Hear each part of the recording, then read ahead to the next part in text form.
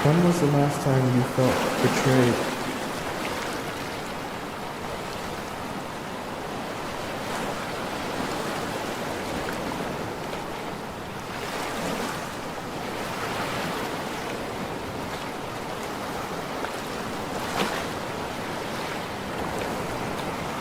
When was the last time you felt loved?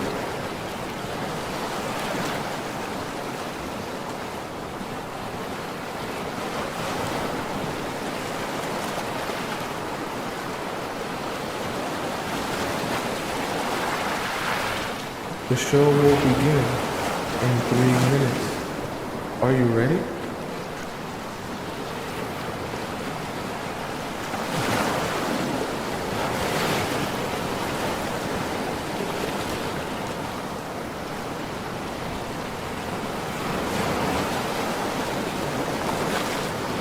What did it feel like to be in love?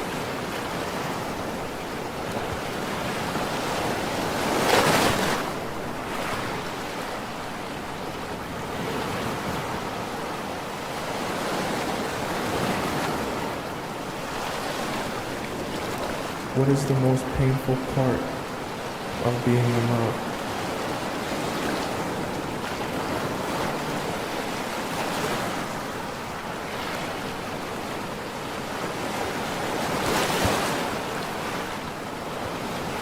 The show will begin in 2 minutes. Are you ready?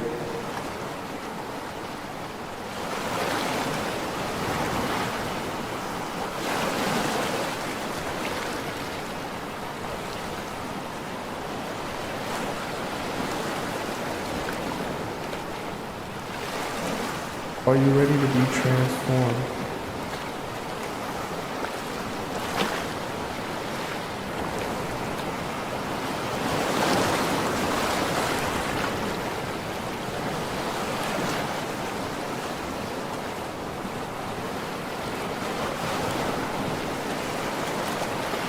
Are you ready to make a change?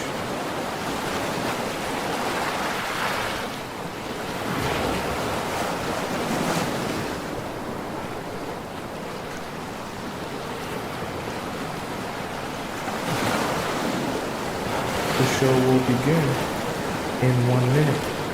I hope you're ready.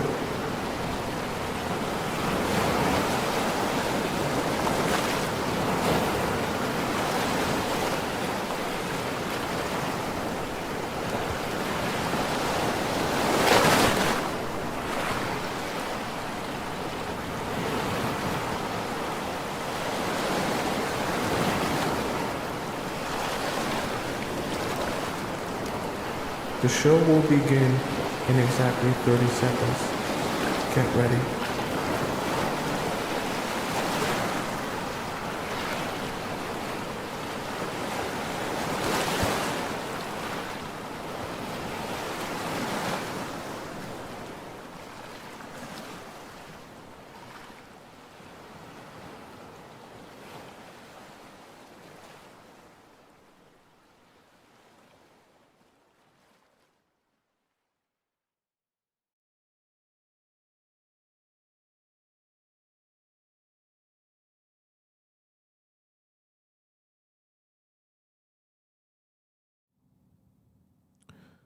What if I told you that the reason you don't understand men is because you don't know how they actually fall in love? What if I also told you that if you just knew these secrets about how men actually work, your dating life would be so much easier? If that sounds crazy to you, don't worry. On today's show, we're going to be discussing 5 main reasons why men fall in love. That way, with that knowledge, you can get the man you actually want to be in love with you. Welcome to the Players Club. If you're paying attention to me and everyone else in the live stream, please say here present so that I know you're here present and actively participating. Okay, welcome all you beautiful people. How are you all doing? Someone said, where's the TikTok chat? I'm gonna pop it up right now in a second and it should be up and running and connected. How you guys all doing here? I see we got SH here, we got Sharice here, we got Bonjai here, we got D here. I see we got Scotty. Oh, I keep forgetting to make Scotty. I'm a moderator in the TikTok chat. I am going to remember. Okay, Monday, Scotty will be a moderator. Okay, welcome all you beautiful people. We got Taka here. We got Rogue here. We got Butterfly is here. Norse is here, and Sharice is here. ER is here. Jazzy is here. Welcome all you beautiful people in the TikTok chat. Who we got up in the YouTube chat? I see we got Nina, we got Mary, we got Jazz, we got BB. Shout out to Amal, one of our amazing channel members. Oh, Nina is a channel member as well. Tracy now is one of our amazing channel members. Let me scroll up here and make sure I get all the channel members. We got Cashley, of course. We got Sarah is here. Irina is here, who is having a belated birthday from yesterday. I believe yesterday was Irina's birthday, so happy belated. Ivy, one of our amazing channel members, is here. We got Lola here, and lots more up in the YouTube chat. Welcome all you beautiful people. Let's get us started today, okay? I got some good stuff and good information for you today, and we're going to continue it on Monday, because Monday I got something really special and really amazing planned for all you beautiful people, okay? So let's get started with today. So number one is going to be coming to realizations. And one of the really powerful things, what I want you to take from this entire show today is I want you to better be able to understand the avenues through which men are actually building their desire for you and falling in love with you, okay? Because the more you can understand that, the more you can understand what you should be paying attention to, listening to, and observing in your relationships to see and gauge how things are going. Does that make sense? All right? So first things first, when it comes to coming to a realization, you need to understand that for men, in order for one of the reasons that they're going to fall in love with you is because they're going to come to their own realization that, hey, I really like you. I really want you, and this is the girl that I'm looking for. Now, here is the painful thing that you need to understand as it relates to coming to realizations that I have to be honest with you about. Some of you are going to think, okay, well, if coming to realizations is so important for men, how do I force him or make him come to a realization? Here's the thing. It actually doesn't work how you think it works. So when you try and tell a man, I'm the girl you're looking for, he can't really see it. When you try and convince him by texting him all the time and being like, hey, I thought you said you wanted me. Hey, I thought you said you wanted to go out with me. Hey, I thought you said you wanted to date me. That never really works. See, when guys are coming to their realizations of the fact that they want you and want to be with you, they're coming to those realizations of what they believe is their own genuine feeling and emotion. Now, there is a strategy to show them certain things and to plant certain seeds in them. We've actually talked about that on yesterday's show. But what you want to understand that's very, very important to the process of why men will be falling in love with you is because they will come to their own realization that I want her, I want to be with her, I want to see her, and I want to message her. Now, there's a bunch of different ways why, how, and why they come to those realizations. But I want you to understand that that is one of the things that's going to be happening in order for him to even fall in love with you. It's actually one of the main reasons why a guy is going to fall in love with you when he comes to that realization. Now, in the process of what we discussed today as well, you're going to see some of those other ways that guys will come to those realizations. But you have to understand everything you're doing, even in your talking stage and your dating stage, right? You're never trying to overtly force that man to want to be in a relationship with you. You're definitely not going to be begging him to be in a relationship with you. You're definitely not going to be reminding him of the things that he told you that he was going to do with you. Like, for example, if that guy said that he was going to take you out on a date at Tuesday at 9 p.m., you don't message him at Tuesday at 3 p.m. and say, hey, you haven't really messaged me all week, and you said we were going to go out this week on Tuesday. Are we still on for... No. You don't do that. You allow the men in your life that are dating you to come to their own realizations, because really and truthfully, that's the only way they're actually going to fall in love with you. Any other version of that where you're trying to be like, oh, I'm going to remind you, or I'm going to text you so much that you can't forget to text me. I'm going to call you so much that you can't forget to call me. I'm going to reach out so much that you never forget my face. We're going to FaceTime all the time, Snapchat all the time, send each other memes all the time. That doesn't work. Okay? You need to understand that that main reason why he's going to fall in love with you is because he comes to that realization. Now, like I said before, you can plant those seeds and allow them to grow within him, meaning that you can figure out how men think. If you watched yesterday's show, you can figure out how they think, how they operate, how you can plant seeds within them that will grow into them coming to the realization that they want to be with you. But what you have to understand is the process is vital to him actually wanting to be your boyfriend and wanting to take this situation and this relationship seriously. So I say that to say, when you start dating men, you have to be taking this process very seriously. What I mean by that is you have to know how to pick your battles and know how to control things without actually controlling things, and then let things go from there. So let me give you an example of what I mean. Let's say you start dating a guy, right? And for whatever the thing is, because in yesterday's show, we talked about planting seeds, understanding a man's motivations, understanding what he's into and what he needs out of a relationship. And let's say you're strategic in giving him that. You have to give him that, and then you have to take a step back and allow that seed to sprout within him, grow within him, and see where that takes him. For some men, it's going to take him to a place where he's going to say, I really want to be with you and I really want to be in a relationship with you. For some men, that seed is going to grow within them and it just might not go anywhere. They might have their mind or focus on something else, another girl, an ex, whatever the blockage may be, it just might not sprout and actually go anywhere. You know, the same way where when you plant seeds in a garden, if you plant a whole bunch of, tomato seeds or whatever seeds, not every single seed is going to perfectly sprout into the perfect fruit or the perfect plant. Some of the seeds that you sprout are going to grow way tall. They're going to flourish. They're going to have all types of color, grow all types of deep roots. And some of the seeds that you plant are not really going to end up being anything. They're going to wither away and they're going to die. Unfortunately, when you're doing this job of planting seeds and when you're allowing men to come to their own realization, some of the men that you date are not going to come to the realization that you want. That's fine. But what you need to understand is this process of being with a guy, right? When you're actually going to be with the guy that takes you seriously and treats you how you want to be serious, how you want to be treated, you have to take the process of allowing him to come to his own realizations very seriously. So what I want you to take from this is never be attempting to stimulate men, right? Overtly and outwardly to try to get them to want to be with you. Now, you can show them things and allow them to make the decision if based on what you've shown them, they want to be with you, but you don't want to be trying to force them to notice you or want to talk to you or want to do you right in the relationship, right? And do right by you in the relationship. Are you following what I'm saying so far? Okay. Does that make sense? I hope that makes sense. All right.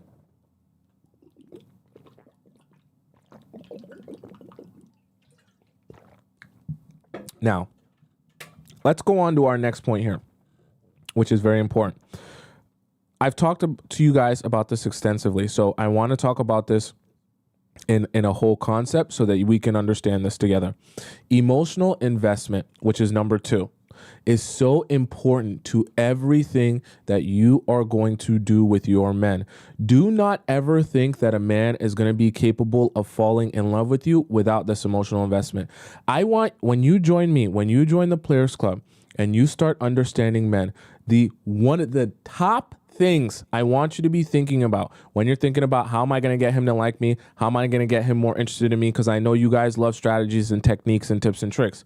Emotional investment. In fact, emotional investment is not only the key to his heart, but it's the key to his wallet for some of you that be asking, how can I get him to spend money on me as well? Okay.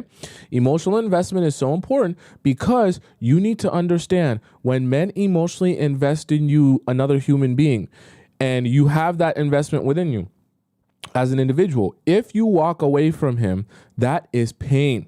Okay, that is painful because if I invest in another human being, I can't take that time or that energy back. So if I lose that human being, I lose all of that time and that energy that I've put into that human being. So naturally, I'm sure a lot of you are asking, well, Tomisin, how do you get a guy to be emotionally invested in you? How does that work? You get him to open up to you. Right? So you got to get good at asking questions, which I got a bunch of shows on. You got to get good at going on dates and trying to understand your man. And I'm not just talking about understanding what gets your man horned up. I'm not just talking about understanding, if he likes blondes or brunettes. I'm talking about understanding what motivates him. I'm talking about understanding what voids he's faced in his childhood. Okay, we're getting deep here. We're getting in therapist talk. We're talking about what is his, relationship with his parents and understanding that. Because when you understand what his relationships is with his parents or is not with his parents, you can better understand what voids he's been facing since a child.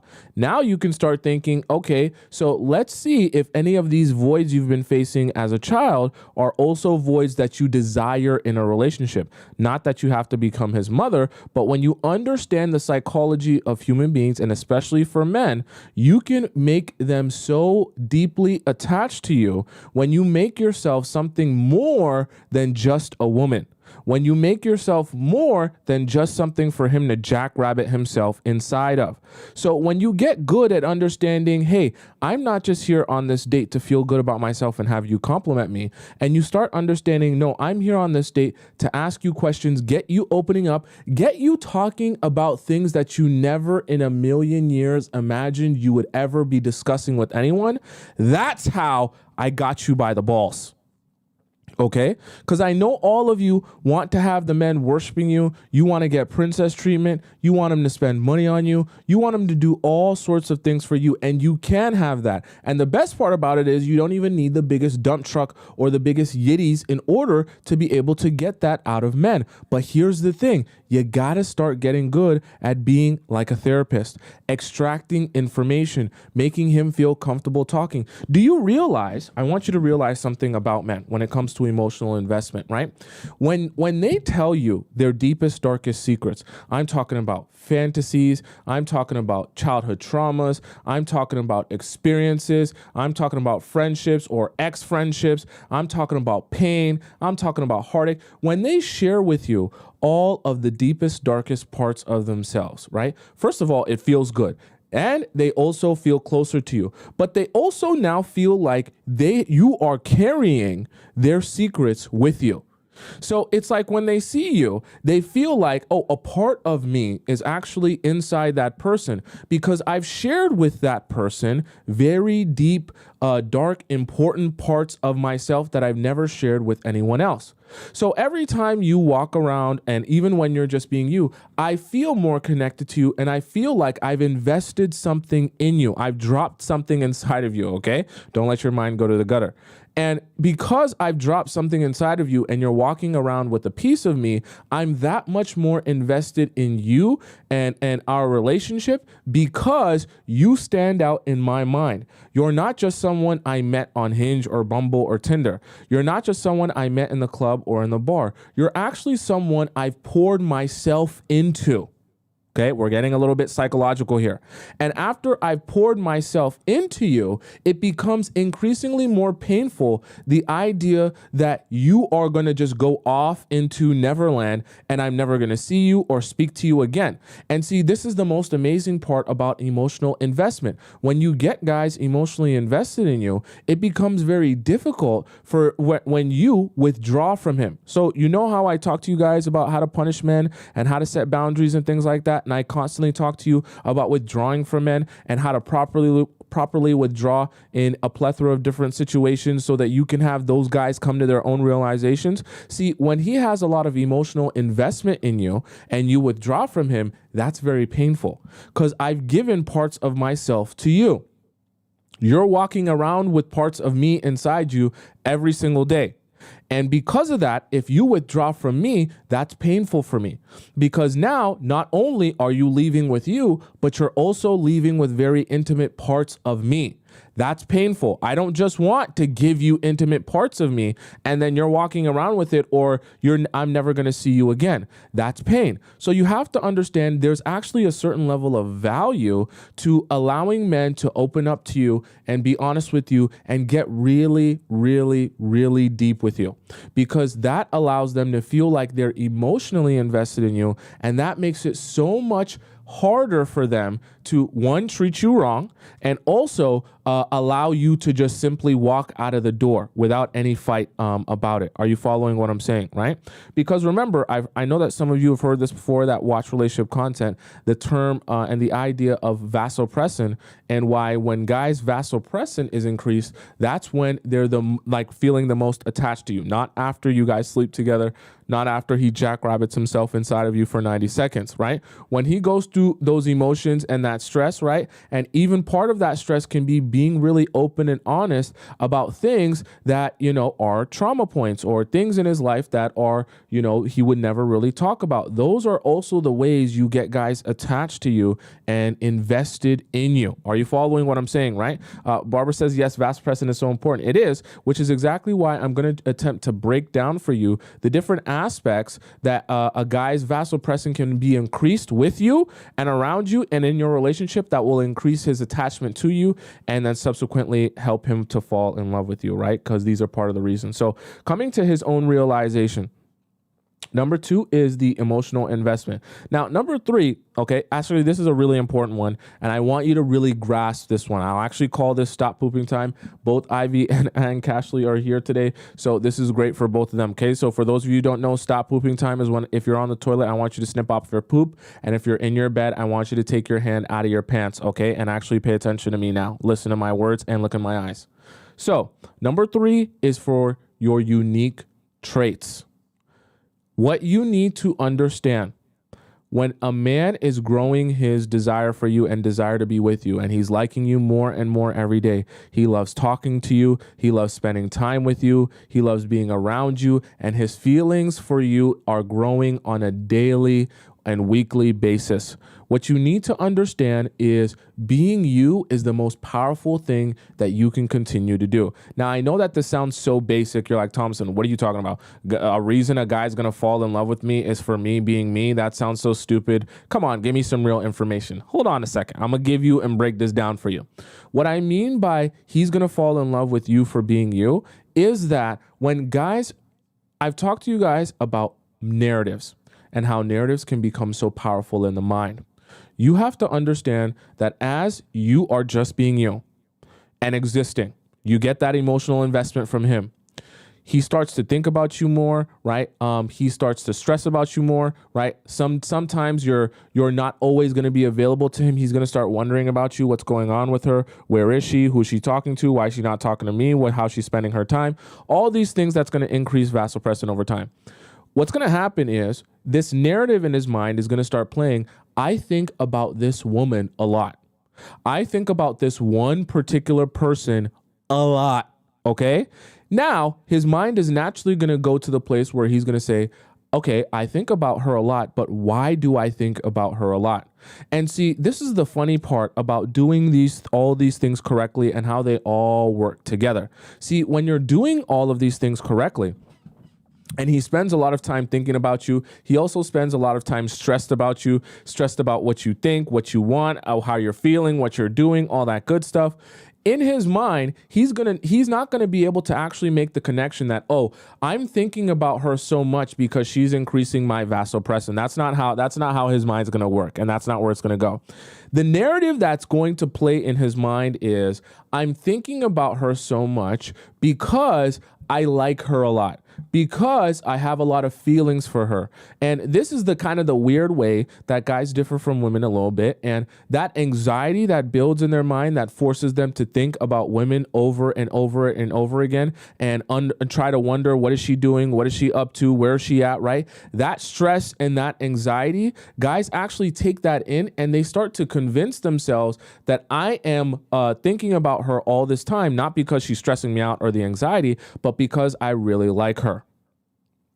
Okay. And so why is this narrative so important? See, when he begins to convince himself that I'm thinking about her a lot because I really like her, right? Because I naturally wouldn't be thinking about any other girl this much because I don't think about any other girl this much. Now he has to now come up with reasons of why he really likes you. And this is the really amazing part when you start honing in on you, who you are as an individual. Because when you become uniquely you and you start leaning into the traits and the qualities that make you uniquely you, it becomes very easy for men to connect this narrative in their mind where they say to themselves, I like her, and the reasons I like her is because she's different. And the reason she's different is because of these specific qualities that she possesses.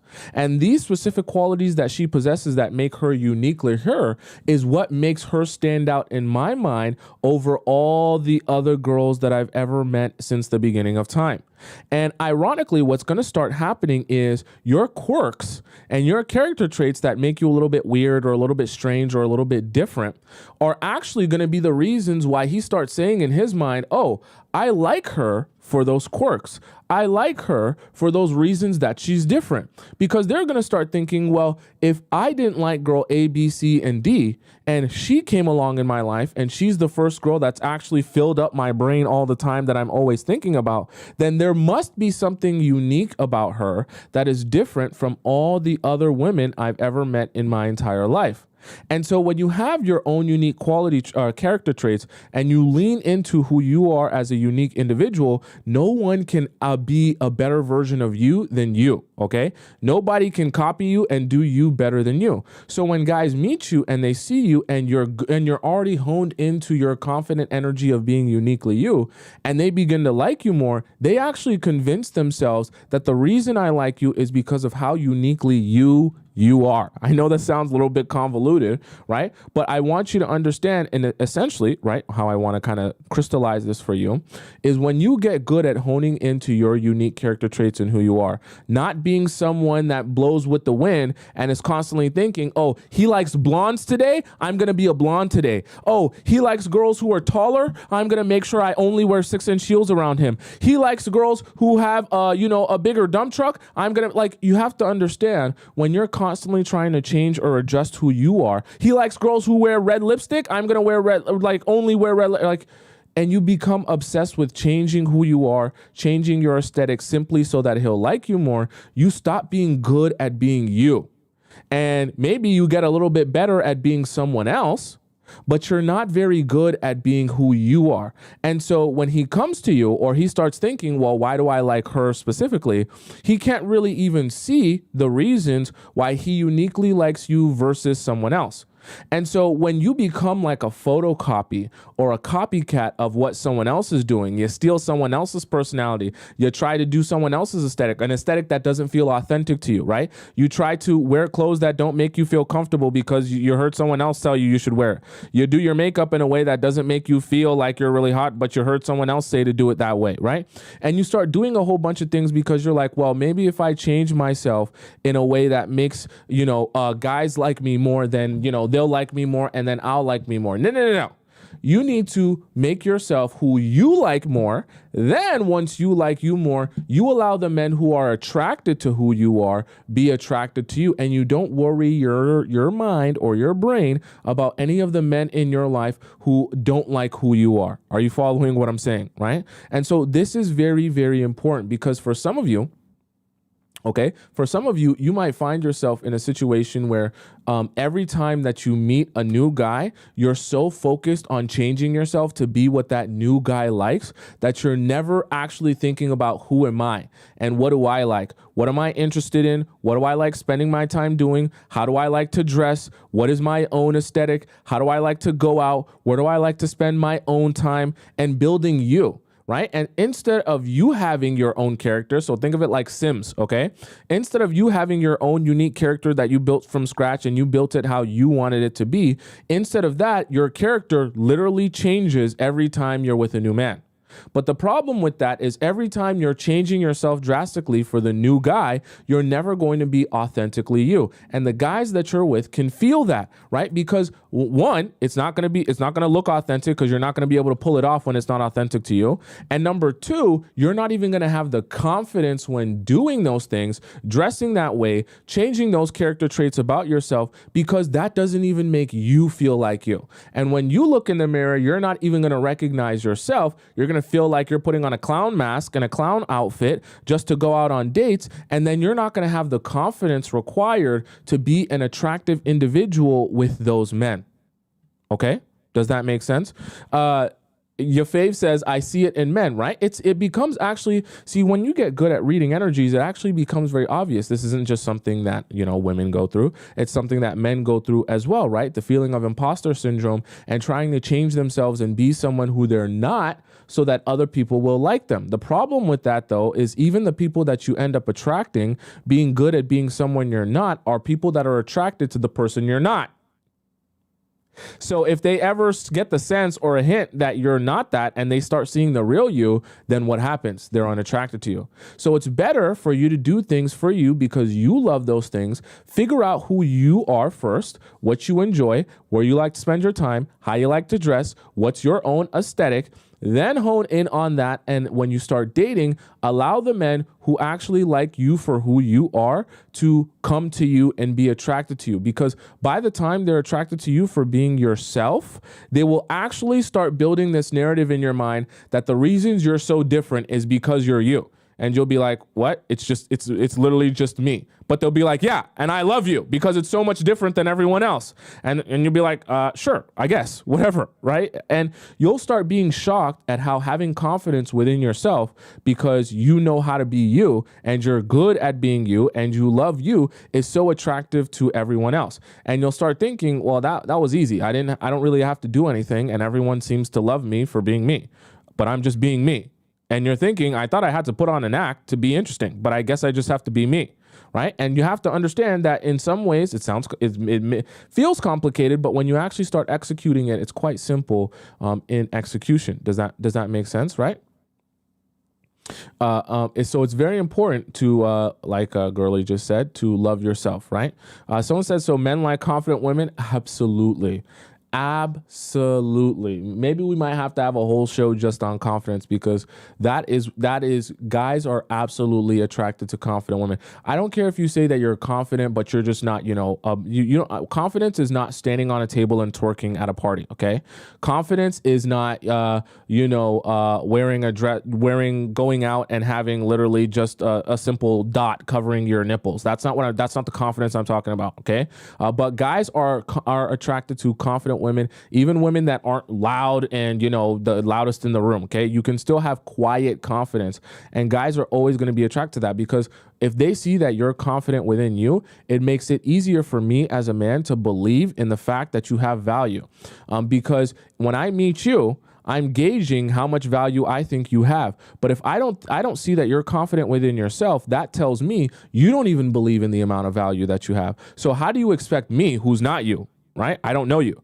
How do you expect me to believe in the amount of value that you have if you don't even seem to believe in that amount of value? It doesn't make sense. And so when you are unconfident, guys tend to, when you are insecure, guys tend to mirror that same perspective of you. So when they can see that you're insecure about yourself and you don't believe in yourself, they're not going to say, oh, I believe in you so much more than you believe in yourself and I see everything that you don't see. They're more inclined to say, oh, you're insecure about you, you don't believe in you. Yeah, you're right. Yeah, I don't really believe in it either, right? And they kind of mirror how you feel about yourself, okay? So you have to understand that that's so important. Guys are definitely attracted to confidence and they're not attracted to women who are very insecure, unfortunately. They might take advantage of you, but they're not very attracted to you, okay? Someone said, how do you become confident? We might have to have a whole show on just breaking down how to become confident because that's a whole nother animal and beast in itself, okay? So coming to realizations is number one. Okay. Number two is emotional investment. Number three was the unique traits that you possess that make you uniquely you. Number four, okay. Number four is when a man nearly loses you. This is the painful part. That's not going to make a lot of sense to you because you're a woman. Unfortunately, remember how I told you guys at the beginning, guys have to come to their own realization. When a man gets this close to losing out on you and feels like just by the skin of his teeth he was able to keep this relationship together. The pain of that experience, the stress of going through that and coming through that will actually end up being one of the reasons that he falls in love with you, unfortunately. The reason I hate saying this is because I hate making it seem like all guys are so toxic that they can only appreciate you when they feel like they've nearly lost you. But unfortunately, it's kind of like that. When they see that you're actually prepared to walk away and that if they don't do something about this, that you will actually walk away, that is when they actually have a fire under their butt to make a change and do something. And so when they actually take action, do something about it, and actually save the relationship, that memory is ingrained in them. And now they begin to have a deeper level of attachment towards you because of the pain and the stress associated with the experience of almost losing you. Because when they almost lose you, they come to a lot of realizations about how much they appreciate you, about everything that you bring to the table, about how much better you are than all the other women in their life, and see, men are horrible, okay? But unfortunately, when you are just about to walk out that door, everything flashes through his eyes, right? And he starts to see everything clearly for what it is. And that's when he wants to say, you know what? I recognize what we have here and I don't want to lose it. Now, some men, unfortunately, are only going to come to that realization after they've actually lost you. And some men just need to feel like they're about to lose you, or they could, or just by the skin of their teeth, they didn't. And then after that, that appreciation is so high for you that they never forget the realizations that they came to, which is why, and I know some of you guys are thinking, so how do I implement this? Which is why when you date guys, you have to be very clear from the very beginning that you will walk away if the relationship no longer serves you. Now, you're obviously not going to come to your dates and, bring your speech paper and say, hey, I was listening to Tomisin on the Players Club, so I'm just going to tell you before we sit down on this Italian restaurant that I'm going to walk away if anything I don't like is in this relationship. That's not what you're going to do. What you're going to do is you're going to get good at telling stories from the very beginning to help him see examples of how other guys in your life who didn't show up for you, you gladly cut them off. Not you just stop talking to them for a little bit and now they still message you every now and again. No. You cut them off. They never got a chance to speak to you again. They never got a chance to talk to you again. Even if they came up to you, you would completely ignore them, right? You want to start showing guys through the power of storytelling from the very beginning how other guys have lost you when they didn't show up for you. That's where you start to set that foundation and understanding of who you are and the fact that you don't play or mess around. Now, even in the process of you telling him stories, guys will still attempt to test you. Trust me. They will still attempt to test you throughout the process of dating you, okay? Even the most, amazing and kind and nice guys, they will see what they can get away with, even the guys that like you.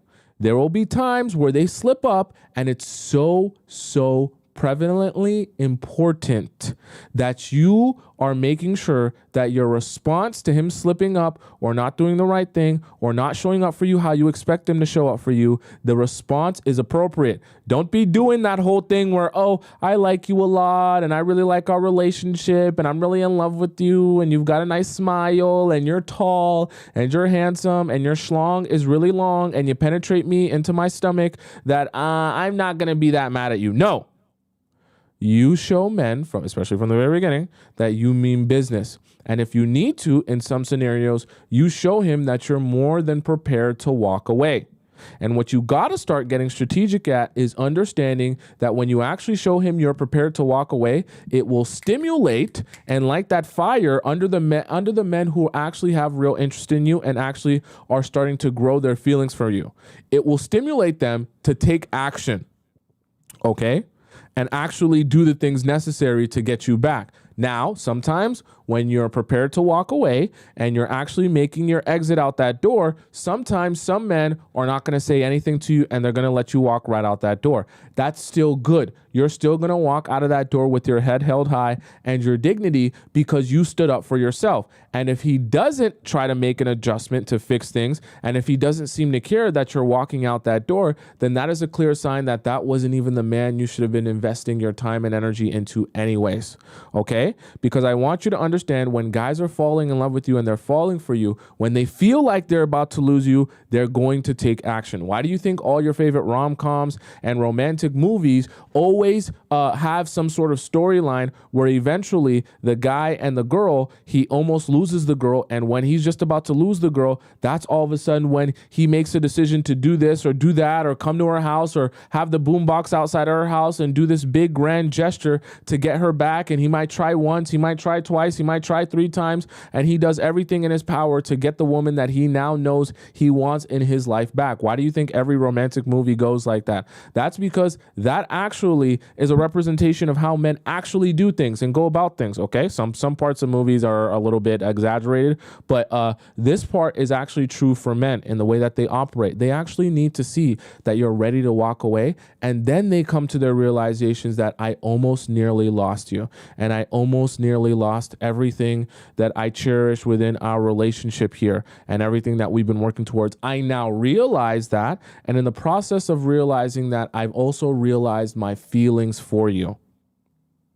Okay, right? Shira, I think your name is Shira, right? Says, yeah, mine called me 5 minutes after I left. I was driving away from him. It's funny. I'm telling you guys, when you get good at, you don't need to beg and plead, right? When you have a man that actually likes you and is interested in you, you never need to beg and you never need to plead. All you need to do is withdraw yourself and be willing to walk away, because the men that actually have interest in you, they will take that initiative to say, I apologize for what I did. I want to fix this and I want us to be happy with each other. If a guy doesn't like you, he's not that interested in you, then it won't be that big of a deal to him. Okay, I have to be honest with you.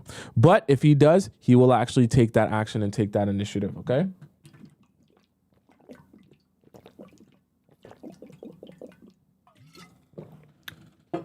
Does that make sense to you guys so far? and why that's so important. Toka says, how do I walk away though? That's something that I almost can't explain to you, because in order to walk away, you just have to do it. There really is no strategy to walking away other than actually doing it. Okay. Now I've made a whole video for those of you who have just joined us or just joined us as of lately. I have if you guys go on my YouTube page, because I'm live on TikTok and YouTube at the same time. So if you guys go on my YouTube page, you can see on my YouTube page, it's just Tomisin Atobatele. You can just type in my first name, Tomisin, Tomisin, on the top right of the screen. I'm pointing to it there. And when you go on my YouTube page, you'll see me live. You can watch this live show. First of all, you can rewind it and rewatch all the points that I talked about. And you can also get an opportunity to watch the show that I have on how to detach from men. So if you're in the situation where you're like, hey, how do I walk away?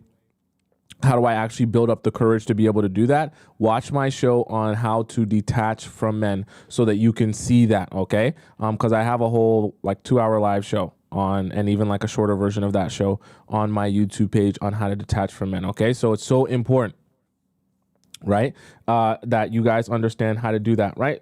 So number 1 was coming to a realization. Number 2, the emotional investment. Number 3, unique traits. Number 4, nearly losing you. And number 5 is showing up for you. Okay. So what I want you to understand is you see, one of the things you can get strategic at when you start dating men is understanding how to get them to do things for you. Now, I'm not talking about when you start dating him, you say, okay, I got a list of stuff you're going to do for me. Can you make sure you get all these chores done by Thursday? That's not what I'm talking about, okay? I'm talking about being strategic about when you're dating someone, allowing in the opportunities as they present themselves, allowing him to start doing things for you. So let me give you an example of exactly what I mean. Let's just say, for the sake of argument, you really need a new computer. Okay, you need a new desktop computer for your work because there's something you're doing for work where you need a desktop computer. And you know that your man is a smart guy. He works in a computer store and he, puts together computers and he works with computers for a living. So you need a brand new computer. You're like, hey, babe, I really, I'm trying to build this brand new computer. I kind of know what my budget range is, but I don't know what parts to get and I don't know where to start.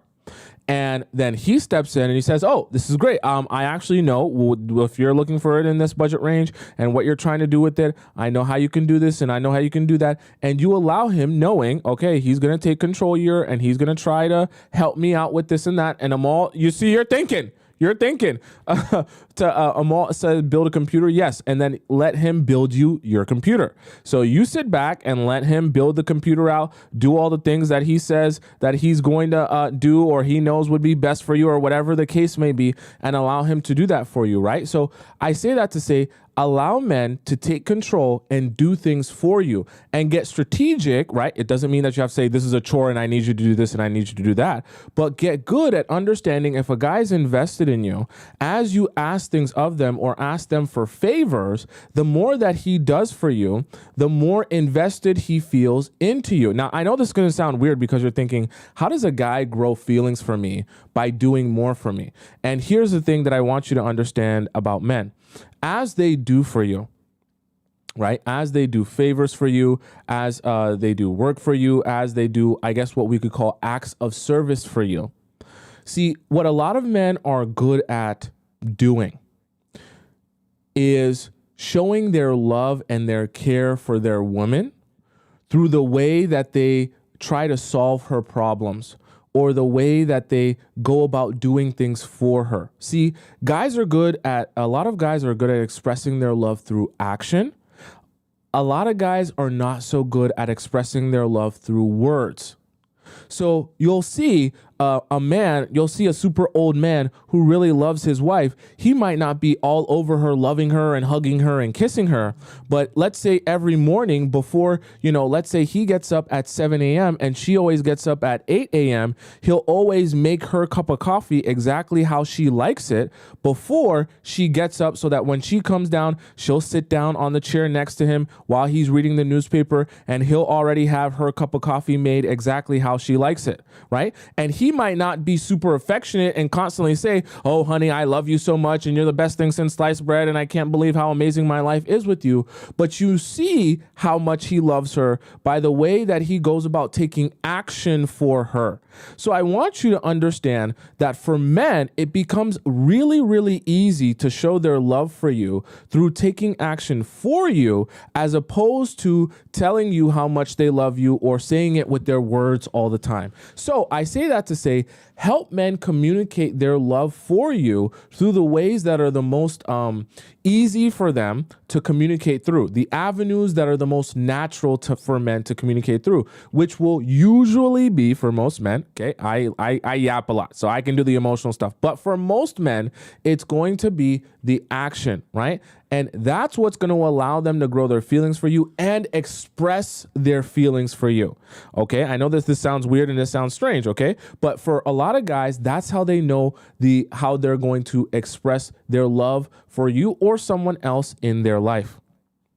So when you get good at allowing men to take action for you and on your behalf, that's a good thing, because we talked about emotional investment, but this is like an example of physical investment and an example of acts of service. Excuse me.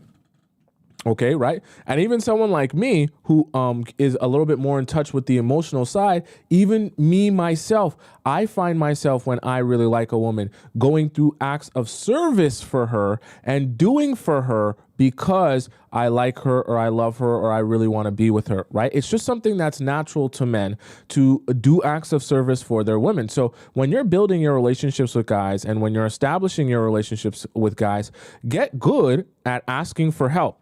And get comfortable with asking for help and allowing that man to do things for you, okay? It's also very important that when you allow him to do things for you, you actually allow him to do it.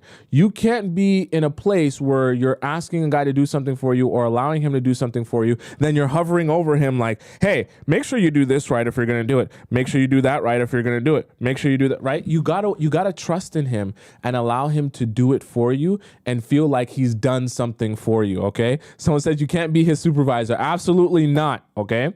Because these acts of service are such an important part to him growing his feelings for you and falling deeper in love with you. See, guys are really good at gestures.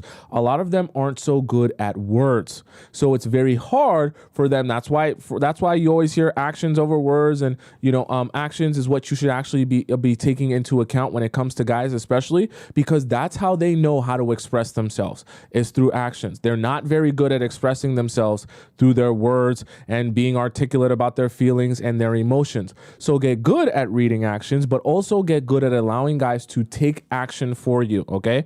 Girly Girl says, damsel in distress. Yes, sometimes when you want to be deep in your feminine bag, when you want to be deep into getting princess treatment from men, sometimes you got to sit back, relax, and allow your man to get the spotlight and take control of the situation. Even if you feel you're smart enough and capable enough to do the thing yourself, sometimes for the benefit of your relationship and for yourself in being able to be in your feminine position, you allow your man to take control so he can feel like a masculine, manly man. And when he feels like that, he also becomes more attached to you because he feels like he's taking action for you and on your behalf. It all kind of works together in the dynamic and the roles that we naturally want to be in, okay?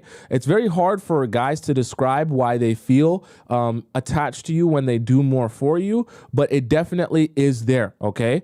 Girly Girl says, let him be the hero. Absolutely, right? And it's not, you guys don't have to think of it as like, oh my God, it's all about men and what they want, right? I got to do this and I got to do that. But you have to understand at the end of the day, if you want something out of him, there's a way to get that. And there's a way to get that in a way that's natural to him. So the more you allow your man to be a man, and it's even more amazing for you, you don't even have to do anything. You just sit back, relax, and allow him to do for you. You just get strategic about how you go about allowing him to do for you and making him feel like, oh, I did the thing because I really want to take action for you, okay? Does that make sense? Alicia says, what can I ask him for though? Here's the strategy that I want you to use. See, what you're going to do is at any time you want a guy to show up for you, anytime you want him to take action on your behalf, this is as simple as you have to make it. All you have to do is present a problem that you're having in your life and the circumstance you're in, and leave it where I just don't know how to figure this out. And I wish I had some answers. I wish I had a big, strong man who was super smart and super intelligent to give me the answers or give me the solution, even if it seems super obvious to you. And even if you think the procedure is super easy to get done, whatever it is, whatever action is required to take, let him take the initiative of saying, oh, you can do this, or you can do that, or I can help you do this, or I can help you do that. And you say, oh, I never thought about that. I never even imagined that would be a possibility. Please tell me more. And allow him to just build that mindset where he's taking action. Build that mindset where he's, giving acts of service. Build that mindset where his wheels are turning and constantly thinking about how to solve problems for you, because this will help you in the long run as he builds that muscle memory with you that, hey, when my woman is unhappy or when my woman has an issue, I figure out how to get the answers and solve her issue. Okay. That's the type of thought process you want your man to start embodying throughout your relationship. Okay. You want him in the thought process, how do I solve my woman's problems? How do I continue to make her and keep her happy? You don't want a lazy man who's only thinking about himself or his own happiness. And anytime you present a problem to him, he's like, what? Sorry, I was playing too many video games. I couldn't hear you. What did you say again? Okay. You don't want that. Okay. Someone says, what if he complains? If that man complains about you having a problem that needs to be solved, then you're probably not with a man. Okay, because the truth of the matter is a man who is invested in you will be invested in your happiness. Okay, a man that actually likes you and cares about you will be invested in your happiness. So you also have to take it as a sign. If you start doing this strategically, where you present small little problems, and he has no sense of urgency or desire to help you or to help to solve your problem, then that's how you get a clear sign and understanding this guy doesn't really have any interest in you. Truthfully be told, okay? Because anytime a guy has interest in you, he will be interested in solving your problems. When he doesn't, it won't really matter to him because he's not going to care about your happiness in the short or long term. He's only going to be here for himself and his own enjoyment, okay? Deb in the YouTube chat says, call to action, see if he's lazy or into you. It's very, very true, okay? It's very, very true because one of the ways you guys get confused is if guys can throw at you a whole bunch of nice sounding words, you start thinking that he's actually invested in you. And in reality, guys can do that a lot easier than they can actually go out of their way to take action for you. So it's a great way to get a gauge if a guy is lazy, like Deb said, or if a guy is actually serious with you and the relationship. Does that make sense? So, do all of those 5 points make sense? Coming to a realization, emotional investment, unique traits, nearly losing you, and showing up for you. Do those all make sense, right? Someone says, what if he don't have any issues? I don't have any issues for him to fix. My life is so easy currently. Trust me, the way life works, there is always something that could be improved on or worked on in your life. Okay, so it's never that simple. Even if there's something, your life is good, but you just need to build this one thing or do this one thing or set up this one thing. Trust me, there's always things that we could all use help with. Life is full of things that we need done. Life is never just always perfect all the time. All right. So there's always something there. And you don't have to necessarily create problems just for the sake of having him solve them. Allow this to come naturally to you and in your life. Okay. It doesn't have to be something that's really over the top or really complicated. Okay.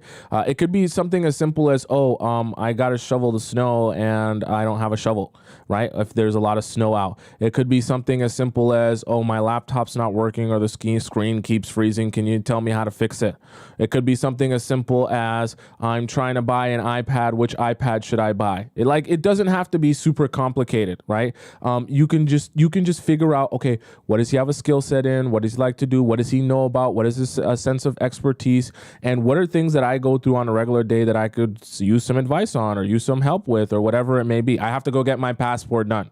Could you drive me? Whatever it may be, okay? Doesn't have to be huge, right? But just getting in the habit of leaning on your man doesn't mean you have to ask him for everything, but leaning on your man and allowing him to take action for you and help you to solve your problems. It's good. It's good. It's good. It's good. Okay.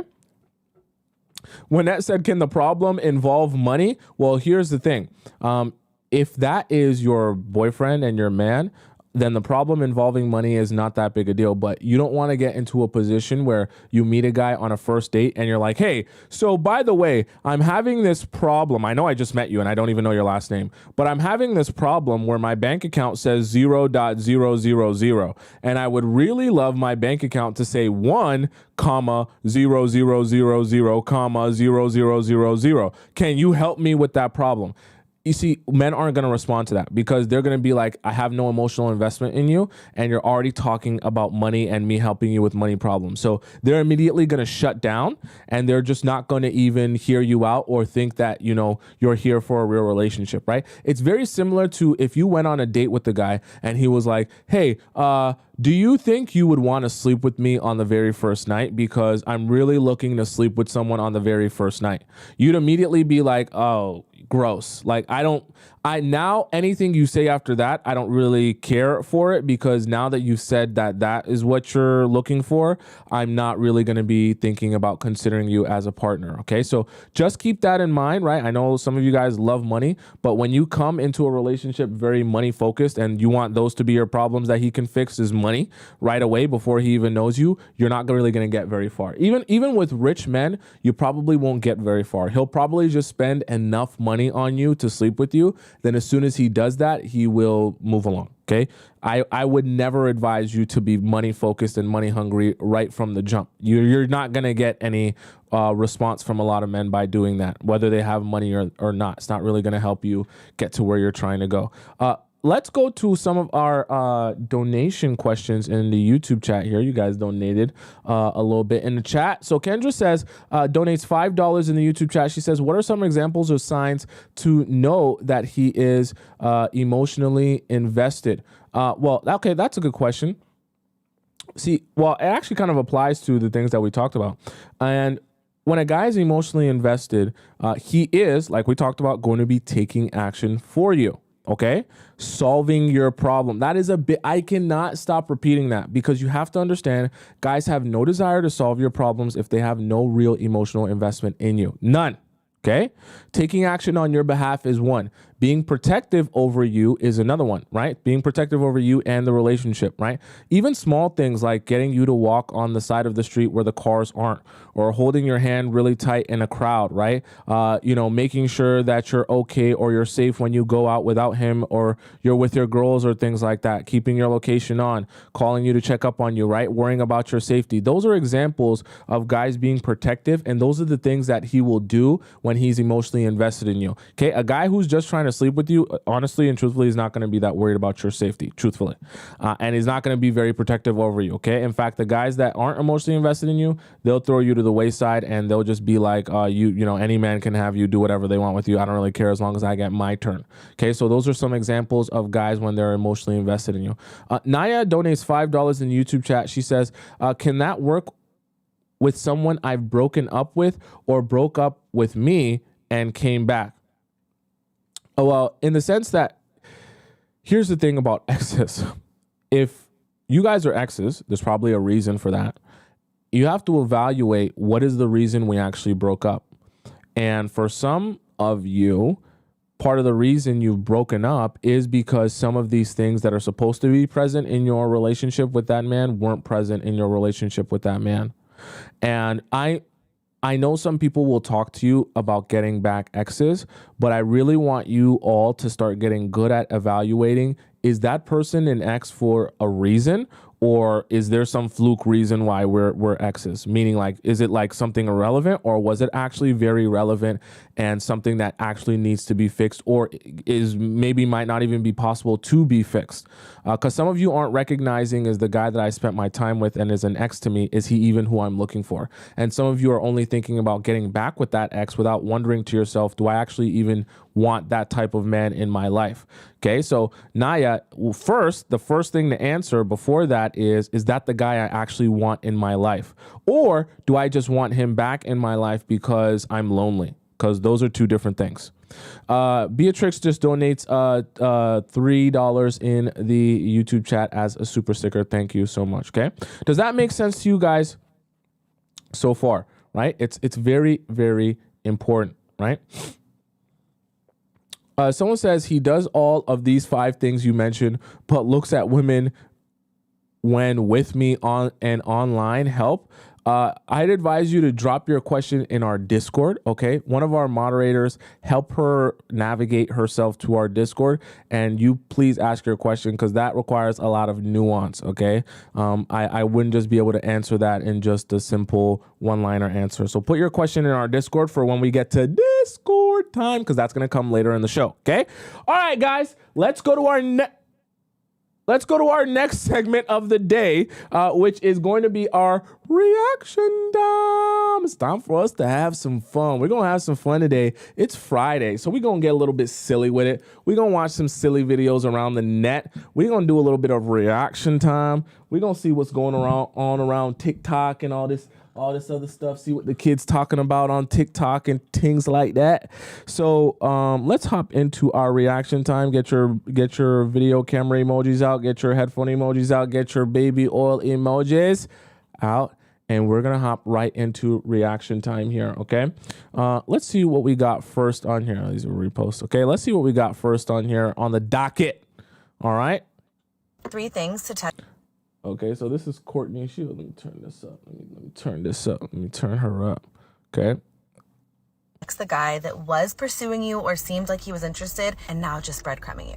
Breadcrumbing is basically when he's giving you just enough to hold on. And so it seems like for whatever reason, showing interest, and then he pulled back his energy, his time, his attention, whatever it is. And now he's giving you just enough to like lead you on or have you hanging on, but he's not actually putting an effort anymore. Here's what you should text him. You're not going to text him first, but what you are going to do is wait. And then when he texts you something like, hey, or what are you doing? But he's not making any kind of plans. He's done this like a couple times in a row. Now you're going to say this. So I don't think that we're looking for the same thing. I'm interested in someone who wants to build something and has the ability to be consistent. Wishing you well, though. That's going to be a bit of a dagger because it's going to be like, oh, you don't think that I can be consistent, etc. You get the drill. Now, I'm not telling you to want this man. I'm just saying it's going to hit him where it hurts. Last two. Okay, so I'm actually really attracted to consistency, and that doesn't seem to be the case here. Wishing you well, though. Last but not least. So I'm looking to be consistently pursued and excited, especially in the early stages of a relationship, and I'm just not getting that from you. Wishing you well, though. Thanks for coming to my TED Talk. You guys know the drill. Like this video and follow me if you want part 2. Love you.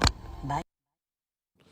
Absolutely not. Don't do that. Okay. Courtney Shields is trying her best to give you some good advice, but I wouldn't advise her or any other woman to do that. Okay. Never, ever, ever, ever, ever, ever, ever, ever tell men how they're treating you poorly. If you notice that they're treating you poorly, just move on from them and move forward from them. If they then come to you and ask you, why have you withdrawn from me? Then you can say, look, I just, the things I'm looking for, you keep it focused on me. I am looking for someone who is consistent with me, period. You don't mention what he's doing. You don't mention what he's not doing. You just talk about you and your expectations for a partner that's going to be with you. And the only time you're even going to mention that is if he comes to you and asks you why you've withdrawn from him. Okay, this is a very important nuance that I want you to understand, and I don't want you to make this mistake because what Courtney just said is is something that a lot of other I know she's not a relationship guru, but relationship gurus or experts will tell you to do. Say so because it sounds good in in a notebook. Okay, if I was writing a book on relationships, it sounds good to be mature and say I'm looking for something like this, and you don't seem to be as consistent as the type. Don't do that. Okay, explaining to men in depth when it's unsolicited why you withdrew or whatever, it's unnecessary. Okay, keep it focused on you and your expectations of anyone. That way it's not a personal attack. I just focus my energy where it needs to be focused on and allow him to make his own decision or make his own conclusion as to why you stopped talking to him. So if he says, hey, why you withdrew from me, why you ain't talking to me anymore, you just say, I'm looking for someone who is going to be consistent. That's the type of person I'm looking for, period. You end it there. Let him say, well, was I not consistent or I did this and I did that and I did that. You just say, oh, okay, sure, cool, fine. Like he can defend himself, but it's not meant to convince you of anything. Once you notice that he's not being consistent, you make your case. If he asks you why you withdrew, you tell him why you withdrew and you focus it on you and your expectations. And then after that, you leave him to do whatever he's going to do with that information. But you don't need to be telling men,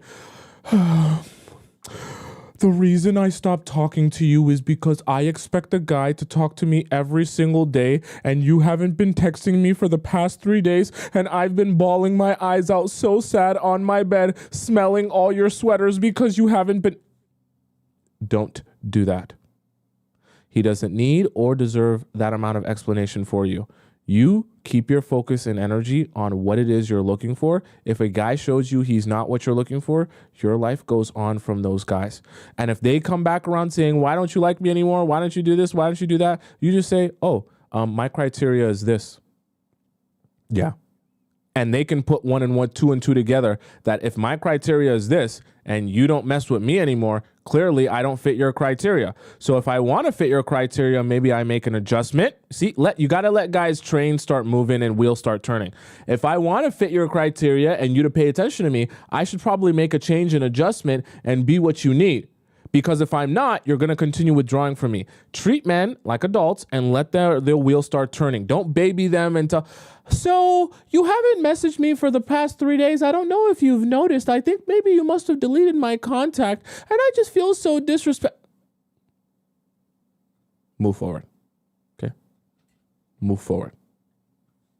Don't waste your time. Men are not naturally curious about women. This is called male main character syndrome, and it explains 99% of their behavior. It's the reason why they always have a reason for doing something, but you are just crazy, or his ex was just crazy. But he always had a reason to do what he did. Like even when he cheated on somebody in the past, or he cheated on you, there's always a reason. And that's because he is the main character and he only cares about himself. And honestly, I could have just ended the sentence after naturally curious. Like, they're not naturally curious, period. That's why a lot of them don't even know these basic things about themselves. That's why a lot of them lack the self-awareness to look around and understand that they are creating 90% of the world's problems. And they're even less so capable of discerning the reasons why. But it's really an epidemic of men out here walking around with the main character voiceover narration going on in the back of their head, especially when they do shitty things. The main character always has a reason for acting shitty, and it's always somebody else's fault. Because the main character is actually pure at heart and knows exactly what they want, and they have a mission and they're going to accomplish it. And they don't care at what cost.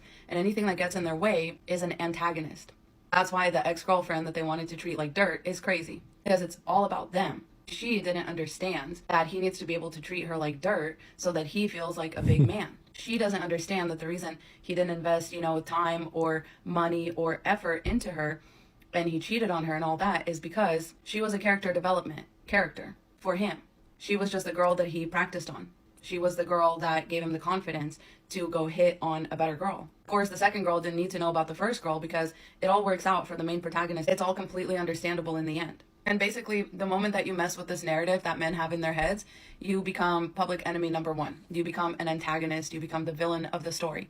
That's why a lot of times their reactions are so extreme and so literally inappropriate to whatever you're trying to address. That's why they fly off the handle and call you crazy and start throwing things and start screaming, crying, and throwing up. They didn't have another plan. They just thought they were going to get away with it, and now they're mad that they didn't. And they're just throwing a little fit, a little tantrum. Funny. So I actually think there's a lot of truth to what she said here, in the sense that you should be listening when you're on dates with men. You gotta get men yapping. Get them yapping. Get them talking about their past relationship. Get them talking about their ex. Don't have too big of an ego that you don't ask about exes, because exes will reveal to you so much information, especially how he describes his ex. It'll reveal to you so much information about him, what he thinks and how he feels about himself and how he feels about his most recent partner.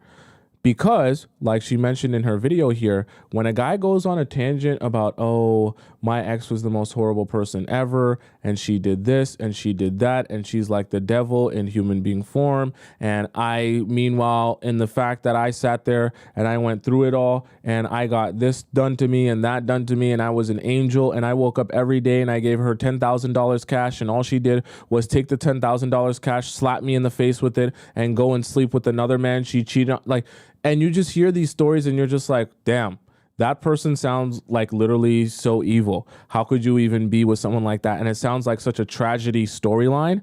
That's when you have to start saying to yourself, oh, I see what's going on here.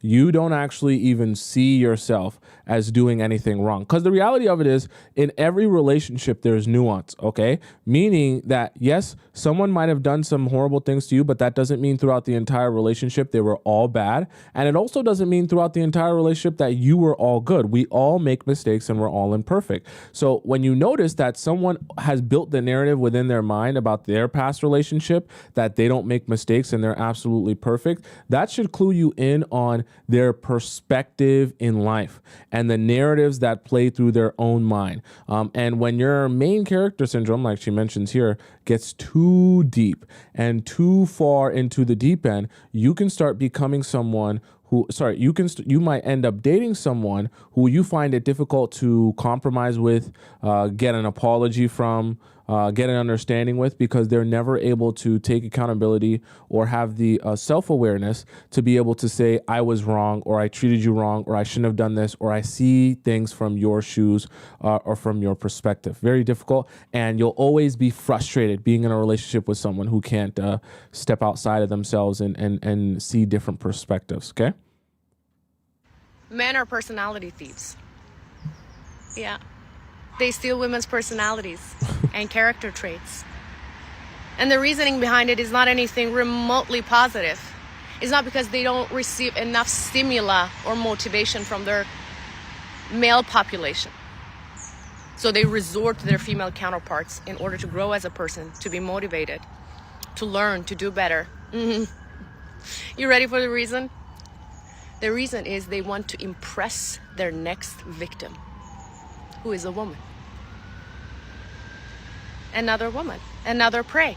So when they're done with you, they want to impress the next one. And they know that women are not impressed by males' personalities. You know why? Because they don't have any. They don't have any. They don't need to. They sit in power. They have patriarchy supporting every move of theirs. Why would they? Men are surface level creatures. Have you ever seen men with each other, spending time together? What do? Nothing. Ah! Yo, what's up? Ah! And then they say goodbye. Have you ever seen any of them sit down and have a deep, long conversation with each other? No, men don't do that. Have you ever seen a man ask another man, how are you? No, How is men life? don't do that. Talk to me. That's not vibes. They remain on the surface because they need the approval and friendship of other men. They don't care about the women, but they want services from women. And in order to impress them and capture them, they need to portray a little bit of personality. And since they don't have any, they learn from their previous victims. So that when the next woman sees them, she's like, oh, what an interesting person with interesting hobbies and interesting things to talk about. He can hold a conversation. And she's impressed. Not knowing that everything he's regurgitating is what he learned from his previous victim, the previous woman. He's just imitating. Whatever she did and whatever she said, he's telling you now. So here's what I want you to do.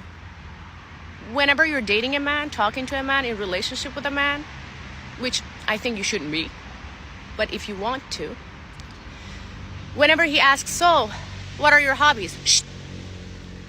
What kind of music do you listen to? Shh. Where do you go for spending time, having fun? Shh. What food do you like? What restaurants do you want to go to? Shh. Because he's learning and programming himself for the next one. It's never for you, sweetie. It's never to learn who you really are so that he would treat you well and find out what your interests and hobbies are. Never. It's to learn, program, and then give it to the next female. Okay, so what her name on YouTube or TikTok is Truth Teller. Okay. By the way, if you guys want the names of these creators, I always credit them in our YouTube stream. So go over to our YouTube stream. It's just Tomisin Atobatele, and then you'll be able to see the names of the creator. Here's the thing that Truth Teller said here that I actually think has truth to it. In a different way, though. She talked about, you know, when you're on dates, you should, when guys are asking you questions about yourself and things like that. Now, obviously, you can't literally just sit there and just say nothing, but get good at being vague. Okay, I'm not going to advise you to lie, but get good at being vague. Get good at answering questions like a politician, where you say a whole lot of nothing. Because when you're on a date, it's very hard for people to really gauge the fact that you're saying a whole lot of nothing. And getting good at saying a whole lot of nothing can actually be like a skill set that can benefit you, because it feels like you're having a conversation with someone, but when you say a whole lot of nothing, right, there's a lot of just dead air there. And so even though you're saying words, it feels like the conversation is going back and forth. You haven't actually given any real information. And like I tell you guys all the time, that might be like part of like a whole section in the book that I write, that information is king. As you share information about yourself, you're giving him all the keys to your heart and subsequently the keys to your Squirtle, okay? And vice versa. as you're gathering information about him, you're getting closer to the truth of who he really is, what he really thinks, and what he really wants. Every time you get him yapping and talking, you're getting closer and closer to that truth. Now, in some cases, that truth might be good, and in some cases, that truth might be bad. But every time you get him talking, you're getting one step closer to that truth. So the reason being vague and talking about a whole lot of nothing can be a very good strategy for you is because you make it very hard for guys to see that you're only extracting information from him and you're not actually giving any real solid information in return. And it's good because they don't realize this is really a one-sided conversation. And when you walk away from the date, you now have a way better understanding of him. And the most important part, and she didn't mention this here in her video, the most important part of this is you don't give him an opportunity to say, me too. Because guys love to do that. Even if it's not even just about taking the information and using it for the next girl. That's actually like too far down the line, and most men aren't even thinking that far down the line. I'll be honest with you as a man. What most men are doing is they're trying to take the information that you're giving them and they want to regurgitate it back to you as if we have common ground here and we're interested in the exact same things. We like the same things. We go to the same places. We've shared the same experiences. That way, you're convinced that me and you are so similar. We have a vibe. We have a chemistry. You're like the female version of me. It's so great because now if I get you to believe in the idea that we're exactly the same on the very first date, because I'm like, oh, we do the exact same things. We like the same things. We spend our time in the same places. Now you're convinced that we're even closer than we actually are. And if you're convinced that we're closer than we actually are, then when I go to say things like, oh yeah, maybe you should come over to my place, or I should go over to your place after, we should drink some wine, it feels a little bit more natural and a little bit less uncomfortable because you're thinking me and you are the exact same type of person. You get me, I get you, we get each other. You guys don't get nothing. But what he does understand is he can make himself feel familiar to you if he can just regurgitate information that you feed him back to you. Okay, that's actually a strategy, okay, that men use, that people use in general. So you got to start getting good at being vague on your dates and talking, because you obviously can't just sit there and not say anything, but saying a whole lot of nothing and making sure that you're not giving real, solid, detailed information of what your actual, who you actually are, that he can just take that and make it feel like, oh yeah, we're the same person type of thing and say me too. Okay. Does that make sense? Let's go to our next one. So men and women check out of relationships completely differently. And usually the way that the woman leaves a man is much more harsh than how the man leaves the woman. So for the man can do either one of two things. He'll either come to the woman and say, I need space. I need some time to find myself. I need some time to get to know myself, to figure things out. Or he may just be bold and say, I just want to date other people, ending the relationship. At this point, the man typically already has his new supply waiting on the back burner. Oh, that's who she sounds like. I'm like, why do I feel like her voice matches a different person? She sounds like Penny Proud from the Proud Family, like a grown-up version. He may just be bold and say, does she not sound like Penny Proud? People, ending the relationship. At this point, the man typically already has his new supply waiting on the back burner. Either he's already tasted the goods or experienced the goods. The man already has his new supply. It's like just like Penny Proud. And he feels Trudy. like, Wait, is it Trudy? Is Trudy the light-skinned girl too in the Proud Family? It's either Penny Proud or Trudy she sounds like. Here, and this is my new dopamine supply, and I'm going to move on to this new girl.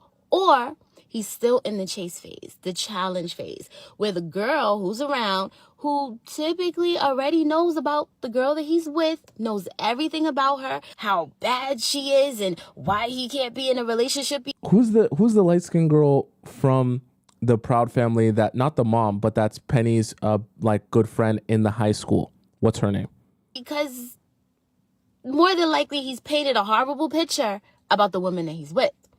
And so this new supply that's waiting on the back burner is putting the pressure on him, right? If they haven't slept together yet, she's putting the pressure on him. Well, you got to break up with her. Well, you can't post pictures with her. Well, if you're really done, you got to show me that you're done. And the man is usually like literally in the twilight zone, hungry to sample this new experience with this woman that has got him all excited, that he will do the most thoughtless and insane things. Another thing that a man will do, he'll stay in the relationship. He'll stay in the situation already mentally checked out. Oftentimes physically checked out. And by physically, I mean he's already sleeping with other women. Mentally, how it looks when he checks out is he's extremely irritated with the girl that he's with. He's irritated by the things that she says. He's irritated by the things that she does. You can see the grimace in his face when she talks. He just doesn't like her anymore. He just isn't excited anymore. He doesn't feel that pull for emotion and love anymore with this woman. He'll start to judge her and talk about her and complain about everything that she does. He'll have limited time for her. He'll hardly call her on the phone, hardly check in, take days to text back. If they're, not living together, he'll be very distant, and she will always be the problem. And what this man will do to his woman, he will provoke her into craziness, right? He will act a complete fool, all covertly, all very passively, right? He will get her so anxious where she's sending crazy text messages, these long paragraphs. She's calling crazy. She's possessive. She's just overwhelmed because she doesn't understand what's going on. And what he'll do, he'll take that as evidence. And he'll bring it to his friends. He'll bring it to the group chat. He'll even bring it to the new supply and say, look, she's crazy. This is why I can't be with her. Now he's the victim. Because what happens, women, the onset of an issue, our intuition kicks in and we're like, what's going on? What happened? Why the change? Why the shift? We notice every single microaggression, and 9 times out of 10 we bring it up. What's going on? Why the change? Why are you acting differently?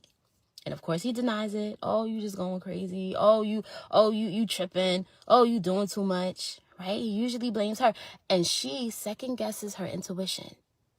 Maybe I'm going crazy. Maybe I'm doing a little too much. Maybe I should fall back. Maybe I don't trust him. Maybe I should trust him a little more. She ends up blaming herself. And he'll text other women. He'll call other women. He'll sleep with other women. He'll take other women shopping. He'll take other women on vacations. He'll do that because in his mind, he'll feel like his girl is not going nowhere. So, what I want you to take from this, and this video goes on for 3 more minutes, but we're not going to stay here for all 6 minutes to watch it. But she's saying some great points here. What I want you to take from this is to take notice of the signs. Now, what she's saying sounds easy in theory to notice the signs, but in actuality, it's a lot harder to notice the signs as they're actually going on, especially when you're in the relationship and you don't want to believe in the idea that your man is doing things that he's not supposed to be doing. So I actually, what I take from this is there's a lot of truth to that. But for multiple different reasons, you could find yourself in a position like that in your relationship, and you got to get good at reading the signs of when guys are pulling away, because she is right. Sometimes guys will allow relationships to go on for their benefit, especially if they're an opportunist or there's some sort of, external benefit to being in a relationship with you and not just ending it. And that's one of the things you have to be considering. And you also have to get good at reading people's patterns. That's one of the best ways to know if something has changed within someone. Why I always talk to you guys about Laura: learn, observe, receive, analyze. When you're building your understanding of someone over the course of time, you'll notice patterns. And when those patterns change, something has changed. I get 100% of the time. That's like human psychology. Something has changed. So take notice of that, because that will definitely clue you into the fact that something is going on, or that your man is slowly detaching himself from you. Let's go to our next one. So I think men calling you high maintenance is just like so tacky and ghetto. First of all, I'm not high maintenance. You just don't have high funds. And so I want to tell you a story time just about my mom and stepdad. I mean, my mom, when she was married to my dad, they had a great lifestyle. He was a football player. They lived a great life during their married time. Great. And then they got divorced. You know, she was single for a few years, raising me. We were making it. We were all good. And then my stepdad comes into her life and he levels the lifestyle up. He doesn't say, you're so high maintenance, and try to knock her down. He takes the lifestyle to a new level than she even had when she was married to the famous football player. So that's how a real man does it. He started saying to her, wait, you don't shop that much. Why don't you shop? Here, take my card. He starts taking her to hotel experiences she'd never been before, places she'd never been. I was home visiting a few weeks ago and I wanted to go shop at this one place my mom was going to take me. My stepdad comes while we go into the store. He goes to a different store to get my mom something and he's like, oh, put all Christian stuff on my card. My mom has her own little money stash, so she didn't. But he's like, oh no, everything goes on my card. A real man sees where you're at and wants to take you to a new level. He doesn't get insecure about you being high maintenance. He's like, oh, I'll show her. I'll take her to a different level. Don't go for the man who's intimidated by the woman you are. Go for the man who's inspired by the woman you are. So I think men calling you. Yeah, I think it's good. I think Christian, he's very passionate. He's very passionate. Okay, there's nothing wrong with being passionate. I get passionate too, but I think very true. Like you should. I don't think that you should ever dim your light for a guy or any relationship that you're in. And I also don't think that you should ever think to yourself, oh, well, you know, most guys that I like or that will like me probably aren't going to want to go over the top for me. And I don't ever want you to have the mindset that, you know, the over the top kind of princess treatment or special treatment or stuff that I see on social media or other people getting is not for me. The moment you start believing that certain things are not for you, the universe will grant you that wish. And the universe is like your genie. You got to be aware that your belief of yourself and what you deserve will always be true.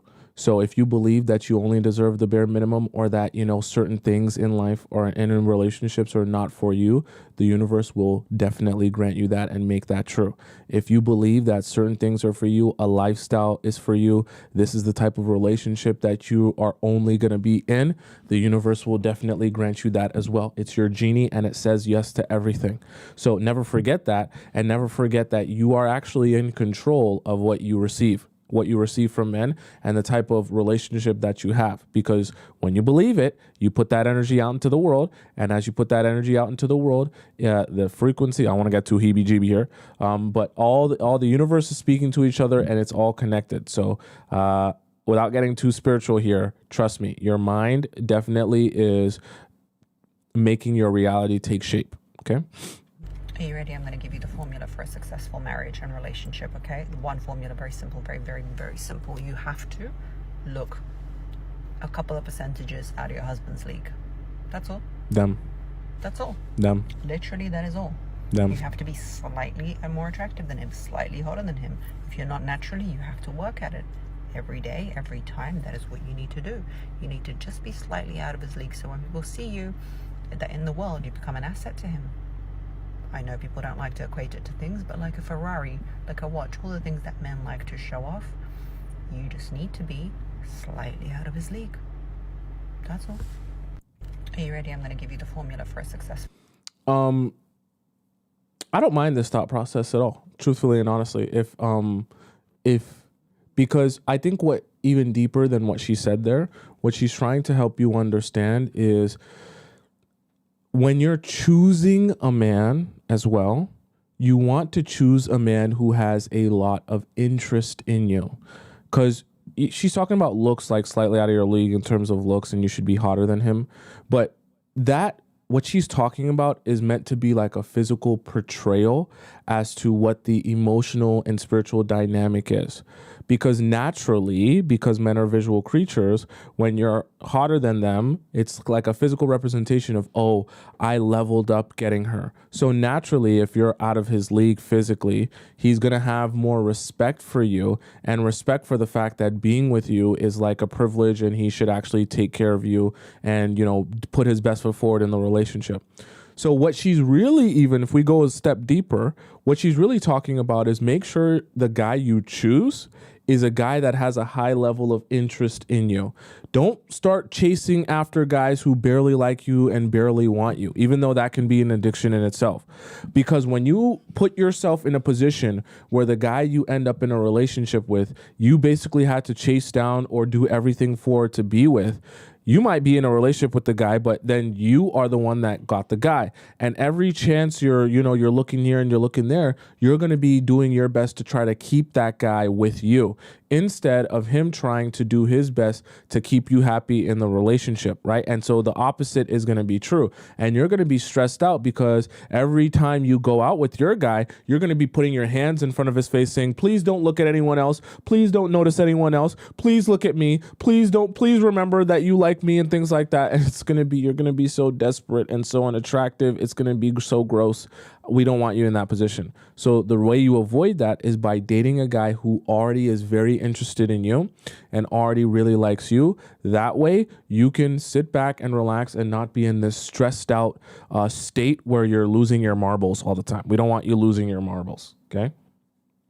If a man has been ghosting you and all of a sudden, out of the blue, after not speaking with you for multiple weeks, even though you've been hooking up, you've been on a few dates before, maybe, you were in a situationship with him, there was some sort of connection, and he literally dropped off the face of the planet, and now he's reaching out with a simple, hey, how are you? What's up? Here's what you're gonna do. First off, I need you to lower your expectations, because no girl, he's not reaching out to you because he's so obsessed with you and so in love and he's realizing what he's missed. He is reaching out to you to see how quickly you're gonna jump when he says jump, because that's what he's doing. He's reaching out to see if you would still take him back, if you would still be available. You are an easy option. You're probably saved in his phone as option number 2, the golden retriever, the doormat, the placeholder that he can run to when the well is dry. Number 2, you're going to flip the script. You're going to teach this man a lesson. You're going to teach him that in fact you're not the golden retriever that's patiently waiting on the sideline for him, but already moved on with your life. When his message comes through, do not reply immediately. At least wait 1 or 2 hours, okay? And then you're going to hit him with this. You're only going to reply and message him back with, who is this? That's the more savage version. And that is how you teach a man a lesson, and also letting him know that he couldn't keep up with your standards and you already moved on. You're busy. If you want to go a little softer on him but still take the high road, say this. I'm turned off by the lack of consistency in your communication, and we simply look for different things. No. I wish you all the best for the future. Classy, feminine, and high. No. I like what she was saying until she tried to, no, all that dictionary stuff. Don't explain yourself. Okay? I like what she said. Sounds a little bit toxic. Who this? Who is this? I don't know. Whose number is this? Is this spam? I be getting them spam text messages on. Is this spam? No spam calls here, please. No spam messages here. We don't do that here. Okay? Who this? That's what you answer with. If this man ain't texted you in weeks, ain't said nothing to you in weeks, and he has the audacity to just message you out the blue like nothing happened, you say, who is this? Who is this? Who is this? Who are you? Do you belong here? Why are you in my messages? Who is this? That's what you say. Okay.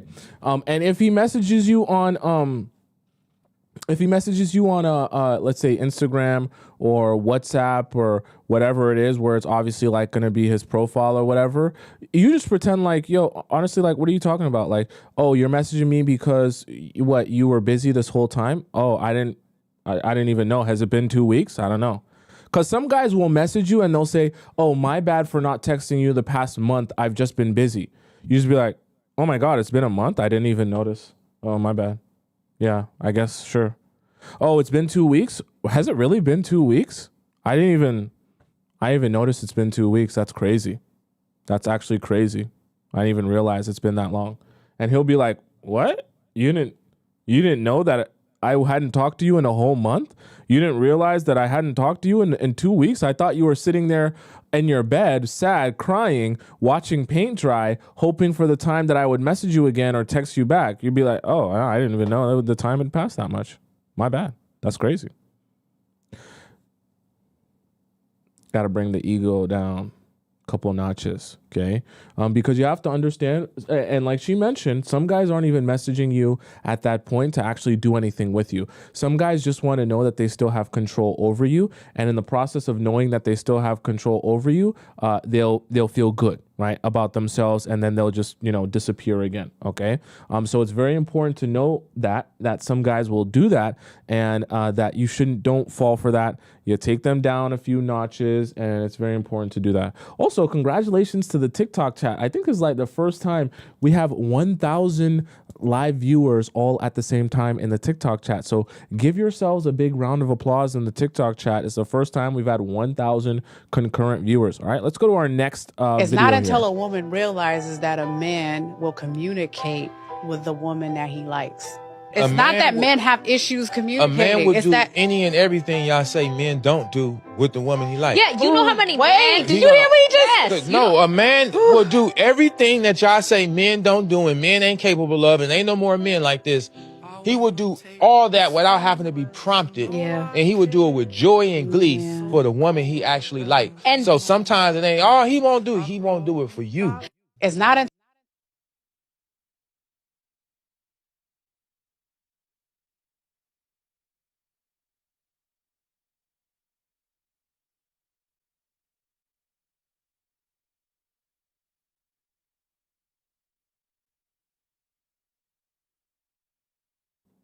I just be yapping, okay?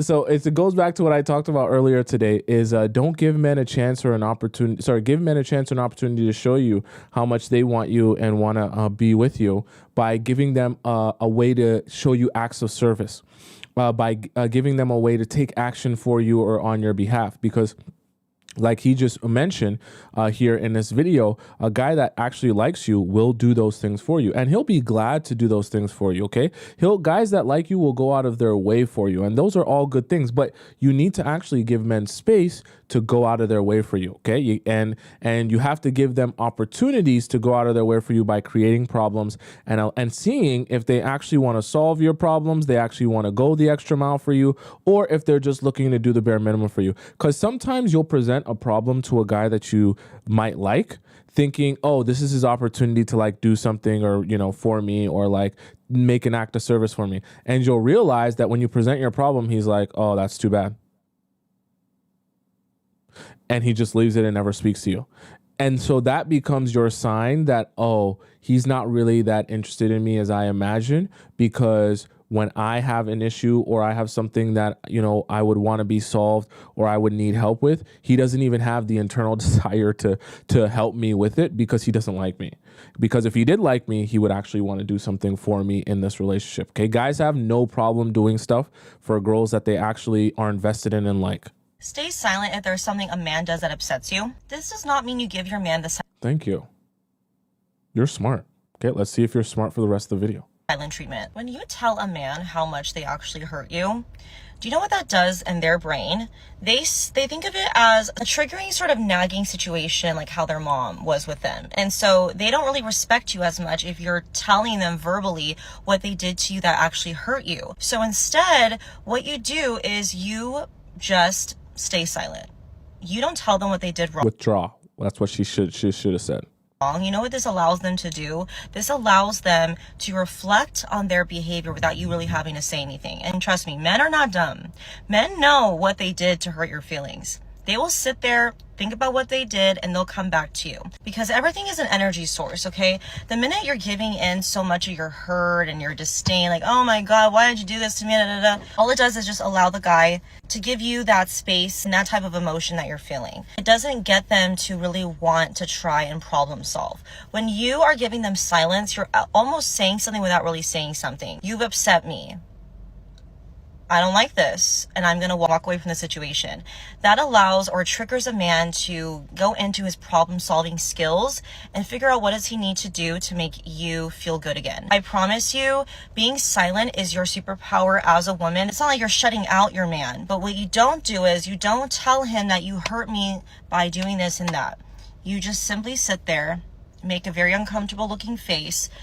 A man will literally feel your energy. They will feel how upset you are. And that is way more powerful than your words. I promise you right now.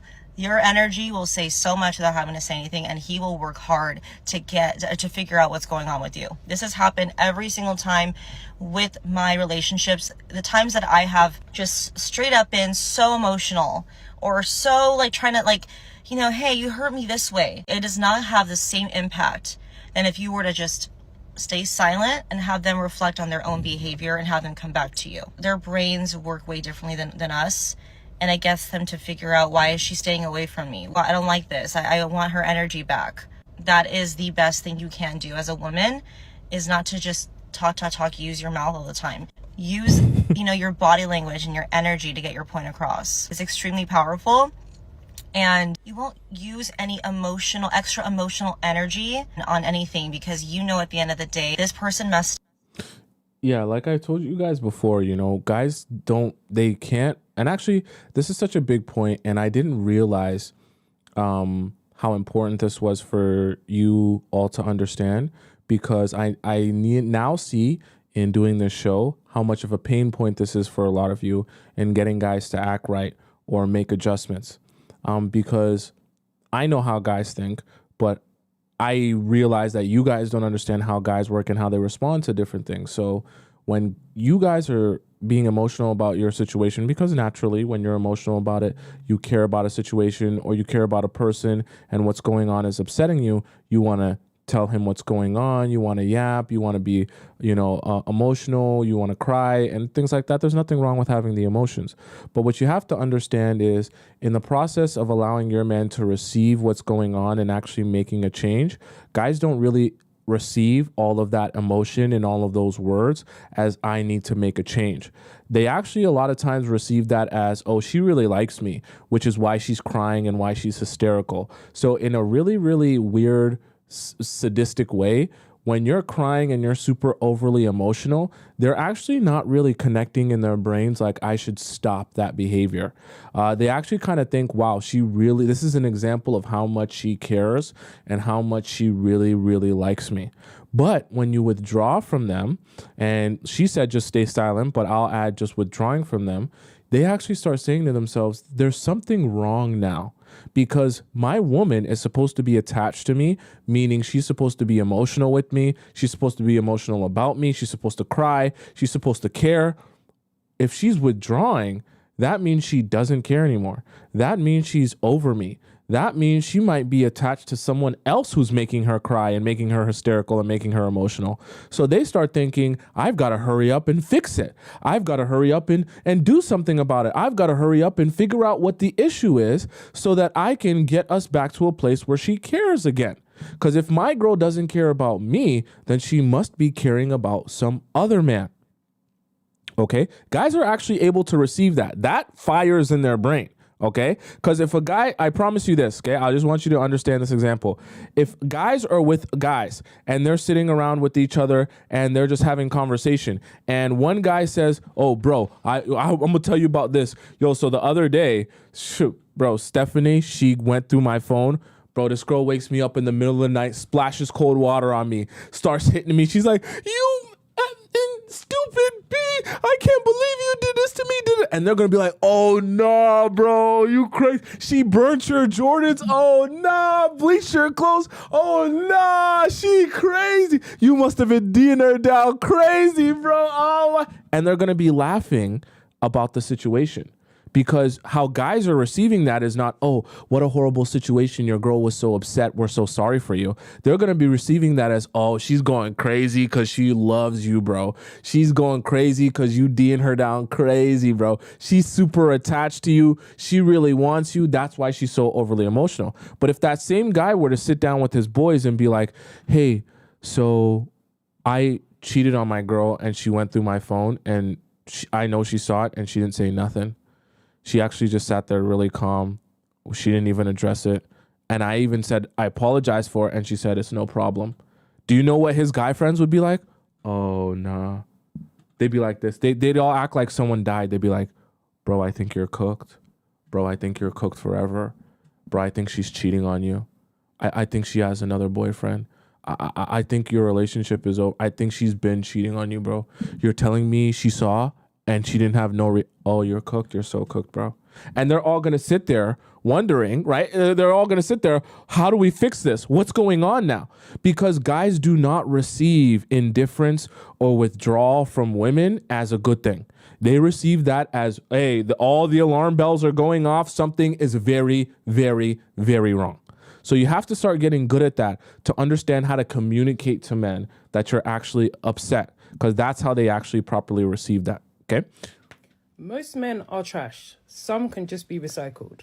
So you know that saying, one man's trash is another man's treasure? Yeah, that, but for women. Men will only ever give you what you require of them, especially when they first meet you.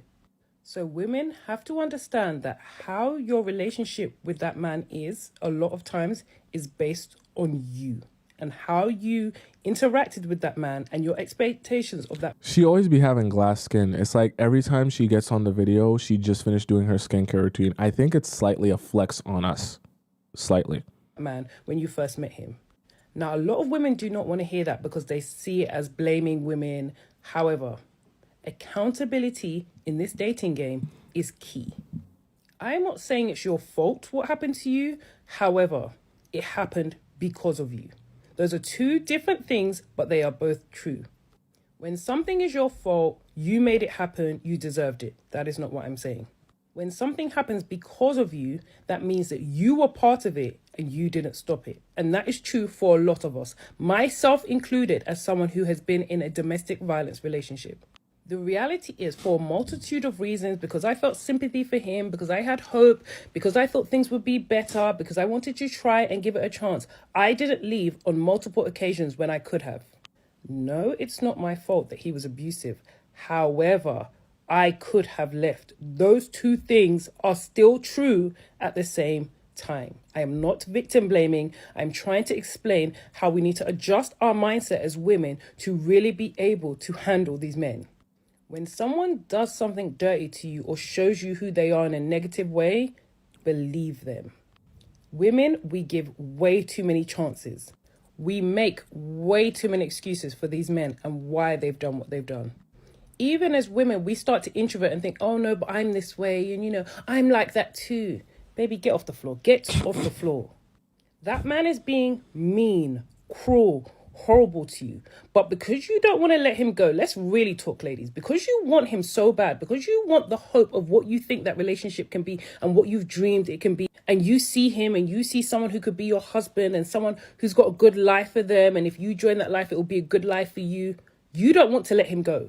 So you don't want to see and accept the truth that is smack bang in front of you because you will rather cling on to hope. That hope is going to get your heart smashed into a million pieces. The quicker you see his behavior towards you and accurately accept what that behavior means. Men are not that clever. If they're acting like they don't like you, it's because they don't like you. Most men are also not that emotional. So if they're acting really wild over small things, there's way more behind it that you're not aware of. And by the way more, usually other women. Let me be real. Side note, men are often horrible to you because they want to get you off their line, off their roster, so they can bring other women off their line, off their roster. Especially if you've slept with a man and he's all of a sudden being horrible to you and he used to chase you. Please watch my other video about men just want to get in your backs. So the gist of what she's saying here is that you have to stand up for you. And I tell you guys this all the time, especially when we hop into the Discord, which we're going to do momentarily. I tell you guys this all the time. Do not expect the men who have been taking advantage of you to be the ones to stand up for you and stop taking advantage of you. I've even seen some of you say, well, I wish he would just stop messaging me and I wish he would just leave me alone if he knows he doesn't want to be in a serious relationship. Well, here is the thing. Even if he knows he doesn't want to be in a serious relationship, if every time he messages you, you message him back, if every time he asks you to come over, you come over, if every time he wants to sleep with you, you sleep with him, he will continue doing that whether or not he has good intentions. Why? Because you continue to allow that. Now, obviously, like she said, not every situation means that it's your fault, but you do have to understand there comes a certain point where you have to stand up for you because you're expecting someone who is taking advantage of you and extracting from you to be the one who says, oh, I feel so badly about taking advantage of you. Now I'm going to stop. Men are not bad people, but they are opportunists, meaning if you give them the opportunity to extract as much as they can from you without giving you anything in return, they will do that. If you tell them swiper no swiping, they will back off and realize this isn't the place where I'm going to get a lot of free handouts. But you have to be the one to say, hey, I'm not going to give out free handouts. Because if I do, the men will take that and I'll be left with nothing. Okay, time for our next segment, chat. You should know what time it is now. If you don't know what time it is, you're new here if you don't know what time it is. But if you know what time it is, I want you to spam it up in the chat. You better tell me right now what time it is. I want to know in the chat what time it is. We're going to have a very amazing special time today in the chat. We're going to have lots of fun because it's Friday. Okay, I'm going to tell you, don't look at your clock. Don't look at your watch. Don't look at your phone. Don't look nowhere else in your home. It's a special, amazing time. If you don't know, I'm going to tell you the time.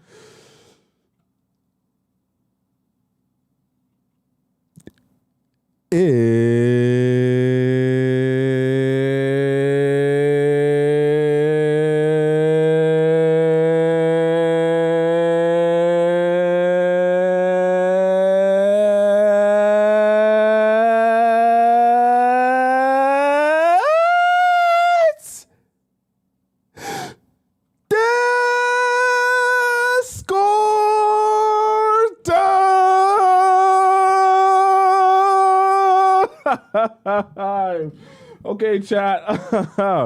Wow. Okay. That was a workout. Let's hop into our Discord time. For those of you who are new here, don't know what that is, I'll explain it to you real quick. Discord time is essentially where all the amazing members of our Players Club community Discord get an opportunity to ask me a question about their relationship or situationship, and I answer it live on the show. Now, I'm going to give you the 3 ways in which you can submit a question because you have options here. First, you have our free section, which is just our regular relationship advice. You access that through the link in my bio on TikTok or the link in my description on YouTube. Get into our Discord, you ask your question in the free section, but as you can see, there are a few highlighted questions here which I haven't got to because it's first come, first serve. So if you ask your question today, it's going to take me a couple weeks to get to yours because we have a bunch that I haven't done yet. Now, if you don't want to wait your turn because you're very impatient, you can also skip the line. It's like a VIP pass at a theme park by getting in our premium relationship advice section. Now you get access to this one by going to the link in my bio on TikTok or the link in my description. Click where it says premium relationship advice and then donate to the show. When you donate to the show, you're going to send in your Discord username and the title of your question. You're going to get prompted. And when you send that in, you're going to get an opportunity You're going to be able to put your question in our premium section and I answer it before I get to all of the other questions. Now, if you don't want your information to be out for everyone to see on Front Street, you can also send me a private relationship question here, if this would ever click, and it will send you straight to the link to my website where you can ask me a private question. And then I respond to you via your email when you ask your private question and you donate to the show. And then I will respond to you with a voice message on that email address that you use when you send it in. Okay. I've seen some people asking how long does it take me to answer private questions. It doesn't take me any more than 7 days, but it usually only takes me 3 to 4. Okay. Over the weekend, obviously, I'm going to be doing a bunch. All right. Let's start off with Dream Manifester. Okay. Let's go. Dream Manifester says, did I royally mess this up? I should probably go ahead and just change my username to... Wait, no, we did this one. This is from yesterday, right? We have to start with... Oh, we're doing sis, okay? So she says, is his interest decreasing? Hey, Tomisin, it's Annie. We had a gym and sauna hot tub date at 5:30 a.m., okay, till 7:30 a.m. on Wednesday. But after the car, he was grabbing my neck and my dump truck while kissing. We've turned Discord time into Wattpad time. Me and I found that Hot accidentally let out like a strong breath, and he took it as a sign and grabbed my boobies, my yitties, above my clothes for the first time, and I allowed it for a few seconds. I feel comfortable with him grabbing my dump truck while kissing, but I feel like the yitties was a bit much. Okay, sorry, chat. For those of you who are unaware, because this is like an everyday thing, like an everyday show, this is her boyfriend. So, or not. No, sorry, it's not yet her boyfriend. Sorry, no, I lied. Okay, so let me understand my understanding of this. I just kind of allowed him to grab them and kiss me for 5 to 10 seconds. Then I pulled away. And I was fine about it. This is a guy she's been talking to for 2 months, I believe, right? About it at first, but then he didn't text me until 4 p.m., which is unlike him, and it got me feeling guilty and like I shouldn't have allowed it, but should I have done it? What should I have done in the moment? Should I have slapped his hand away? After kissing, he asked when I work, and I said 6 to 10 p.m. So he asked when I stopped getting students, and I said 9 p.m. He said he'd bring us steak and eat together, and he told me not to eat that much before and mentioned going out to steak or B-dubs after tutoring, and I said I couldn't because it would be too late. So he was like, but you can go out with your friends late, and I said no, I come back home at 9 p.m. with friends. He then asked what I was doing Friday, and I said that I was going out and seeing my friends on Friday. So he begged to drive me there and said, do you think I'm stupid? What? Damn, he said that to you? It's Friday night. I know you're going to the bar, but in a lighthearted, joking manner. Doesn't sound like a joke.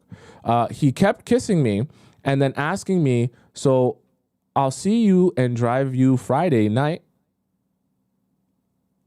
And I'd be so distracted after the kiss, I'd say yes. Then I realize what he was asking and say no. And he kept asking, but I kept saying no because you said not to see him until Saturday. He then said, would your friends fight everyone? Wait, what? What do you mean? Would your friends fight everyone to see you? Because I would. And I told him about my friend who was literally crying because she hadn't seen me in so long. And he doesn't cry, but he'd kill people to see me more. I think he was this intense because he was horned up. Okay. Anyways, he dropped me off and he texted me how my day was. He never waits that long to text, and I didn't open the text. He then called me at 9 p.m. and asked why I didn't reply. I said I was busy with work. He then asked if I was going home straight after, and I said yes. He didn't offer to get me steak, and he asked about my day and said goodbye to me. I was upset. This was the first time he's broken his word. I think I should stop doing the gym dates because they are low effort, and he got to touch my yitties for doing nothing but picking me up, training me, and holding my coffee. What excuse would I give to stop the gymming with him? Because he always asked when I'm going to the gym, and I usually tell him and let him join me once a week. Did I mess up by letting him grab my yitties? Should I tell him I'm not going to do more than kissing? We've been dating 2 months and 14 days. I am texting him back nonchalantly like I always do. I think in your position here, I think the most important thing for you to do is keep the consistency going without losing the plot here. Because here's the thing. So I am assuming now you're saying he's your boyfriend because he's officially your boyfriend now. But here's the thing. If you're still sticking to like the seeing him 3 times a week thing, then that's good. And if this is your boyfriend now, there's nothing wrong with things escalating. But here's the thing. If you're noticing that the amount of effort he's putting in is slightly changing or decreasing, then that is something to take notice of. And you're going to have to continue gauging this over the course of time, because this can't be something that continues where he's not showing up for you the same way that he was before.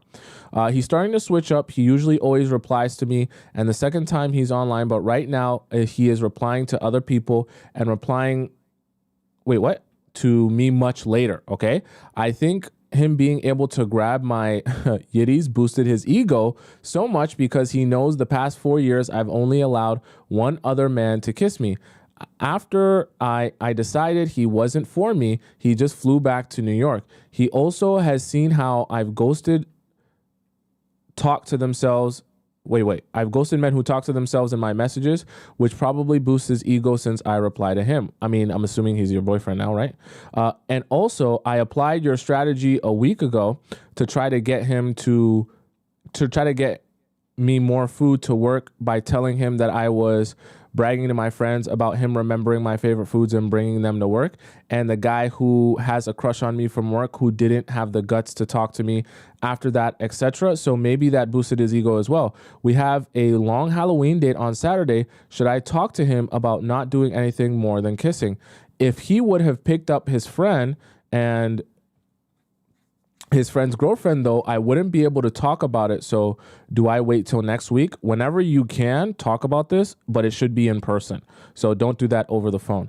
I know he ghosted a lot of girls because he lost interest, either because he found out they had pineapples with his friend, or because they drink alcohol, or because they act crazy when he pulls away. I haven't done that, but I'm feeling a shift in his energy. I'm really hurt because he has nothing but perfect all this time. He's been nothing but perfect all this time and not anymore. Update: my last response to his text message at 8 p.m. He was online at 10 p.m. and at 12 a.m. and still didn't respond. Okay, now you're losing your marbles a little bit. Okay, he just responded at 10 a.m. in a drier way than usual. This is the first time he hasn't responded for 13 hours being online. Okay, let me skip ahead here to the screenshots. I know some of you guys like screenshots. Okay. Okay, so now I guess you're showing, I'm just kind of skimming through this. Might be a couple minutes. Okay. So this is after the boob incident, and you're saying that this is a little bit like he's not texting you how he usually does. Okay.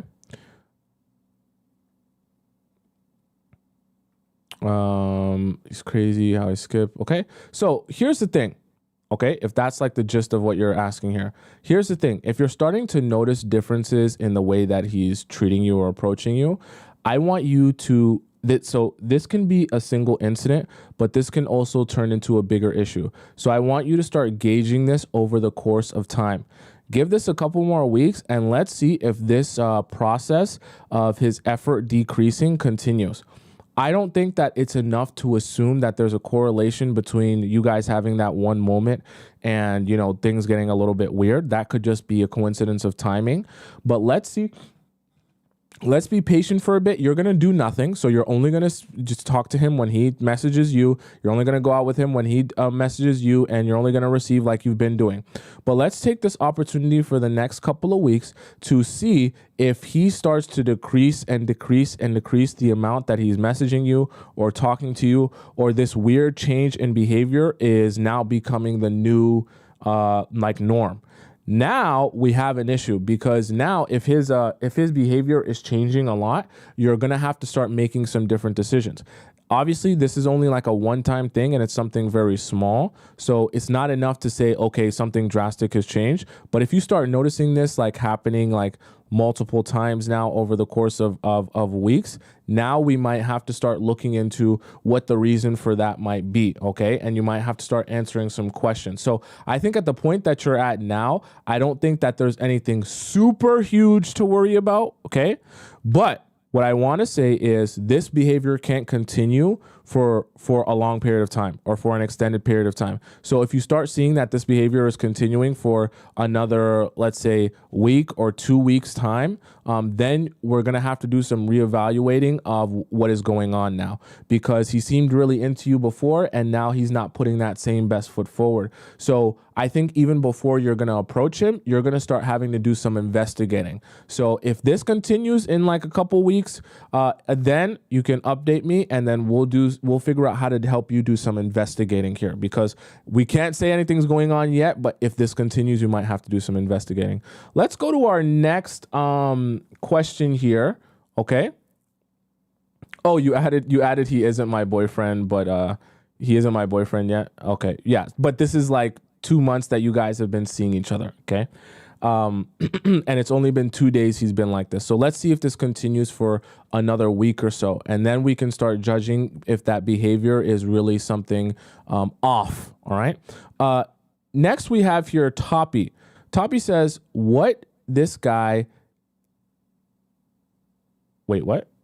Want this guy to be obsessed with me while I'm living abroad.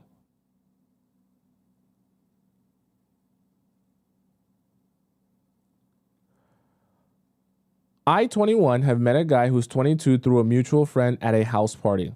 We talked for hours and hooked up. I was moving to Germany in 2 weeks, so I didn't plan long term. The chemistry was crazy.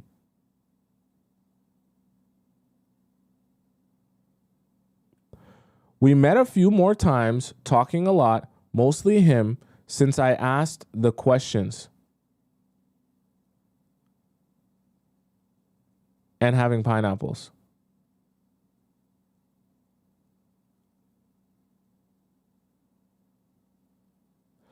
After a week,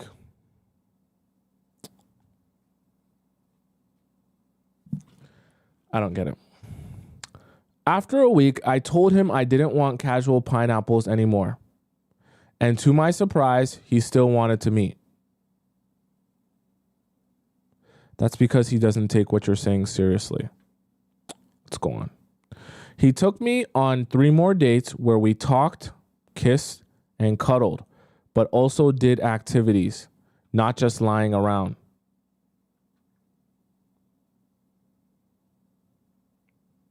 Pineapples is SEX chat.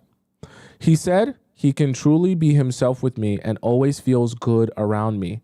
He told me every time we talk, he learns more about himself and he loves how free-spirited and optimistic I am. He's very masculine, so my feminine traits stood out. I mean, yeah, your feminine traits will definitely stand out when your legs are open and he's busting a nut inside you. Your feminine traits will stand out really well. Despite his cold exterior, he became goofy and affectionate with me, so I know he really likes me. Let's see. I'm confident and set boundaries lightheartedly. When he wanted to chat at his place, I said I'd prefer a proper date, and he took me on one, so he listens to what I ask. Let's see. I'll be living in another country for a few months, visiting home sometimes. I suggested no contact while I'm away, and he agreed. We met after a month, and he said everything feels natural with me. He even got a haircut knowing I'd be back in October. I gave him a beanie as a gift. He jokingly asked me to bring it from Berlin, and he wanted me to try it on. When I showed him a picture of me wearing it, he asked me to send it cute, not pineapple-y. He told me he can open up to me easily. Now we're doing no contact again. Now we're doing no contact again until I visit in a month, but I feel like he thinks it's a given that I like him. I want him to be a little obsessed with me. I think he's into me already, but I don't want him to think I'm his. I want him to feel some anxiety about whether I like him. Should I FaceTime to drop hints about my exciting life here while still staying mysterious? I don't use Instagram, so I can't use pictures. What should I do to make him obsessed? Okay, this is a painful thing for me to say to you because this requires some honesty and realness with you that I know you're not going to want to hear. What you have to realize that's super, super unfortunate is that not everyone is built for a long distance relationship, unfortunately. Okay. And as much as you might want a guy or he might want you or you guys might want each other, some people just aren't built for long distance relationships, and they're capable even to the point where they could be with someone that they love and care about if they're able to see them regularly. But if you put that same person in a long distance relationship with them, they're not able to manage it. It takes a very special type of person, very special type of character to be in a long distance relationship. Now, I'm not saying that because I don't think you're capable of it, but I do want you to recognize that it's not everyone's cup of tea. And what you need to do, even more importantly than thinking about making him obsessed with you, is you have to now gauge, is he willing to put in effort for a long distance relationship? Because if you're saying now we're doing long distance again, right, and you're not going to see him until you visit in a month, you have to start asking yourself, is this guy even prepared to do long distance? Is that even what he wants or desires to do? He might like me. He might want to be with me. He might like spending time with me. But is he really committed to doing this thing long distance? And you have to allow the space to get that question answered for yourself, because if you try too hard to do too much and you don't get that answer, you'll realize it one way or another. So you're either going to realize it sooner or you'll realize it down the line. My thing here is, instead of building a strategy on how to make them obsessed, because truthfully, over the phone, you're not going to make no one obsessed. It doesn't work like that. What you need to do is take a step back as well and see if he really is serious about building with you. Because what you're going to realize is this guy might like spending time with you when it's in person, but when it comes to actually having the amount of intention required to build with you over the phone and, when you're far away, he's not at that level. That's fine. And I think you have to accept that as the truth instead of trying to make that not so. Because what I'm getting from this story that you sent me and this question you sent me is that he doesn't seem as eager to do long distance with you as you would like him to be. And the problem with that is, if he's not that eager to be long distance with you, you're going to be pulling your hair out trying to get this to work when it's not working. And also, he's going to be building physical relationships with the girls in his area while he chit chats with you. You're going to stay attached to him, but then you're going to be wondering why he's withdrawing from you or not taking this as seriously as you're taking it. So I actually think instead of making him obsessed with you, you need to take a step back so that you can gauge, does he even actually want this? Because if he doesn't, then you're wasting your time in the first place. Okay, let's go on to our next question here. Our next question comes from Mabel. Okay, Mabel says, I'm a 28-year-old female, and my ex is 33. I left, apologized beautifully, a paragraph of all the things I didn't even know he was aware. Wait, what? I didn't even know he was aware was holding us back. Okay.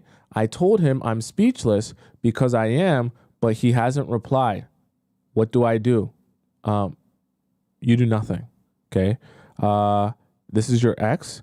You guys broke up probably for a reason. Acknowledging the reasons that you guys broke up doesn't mean that you guys are going to get back together. It also doesn't mean that things are going to be fixed.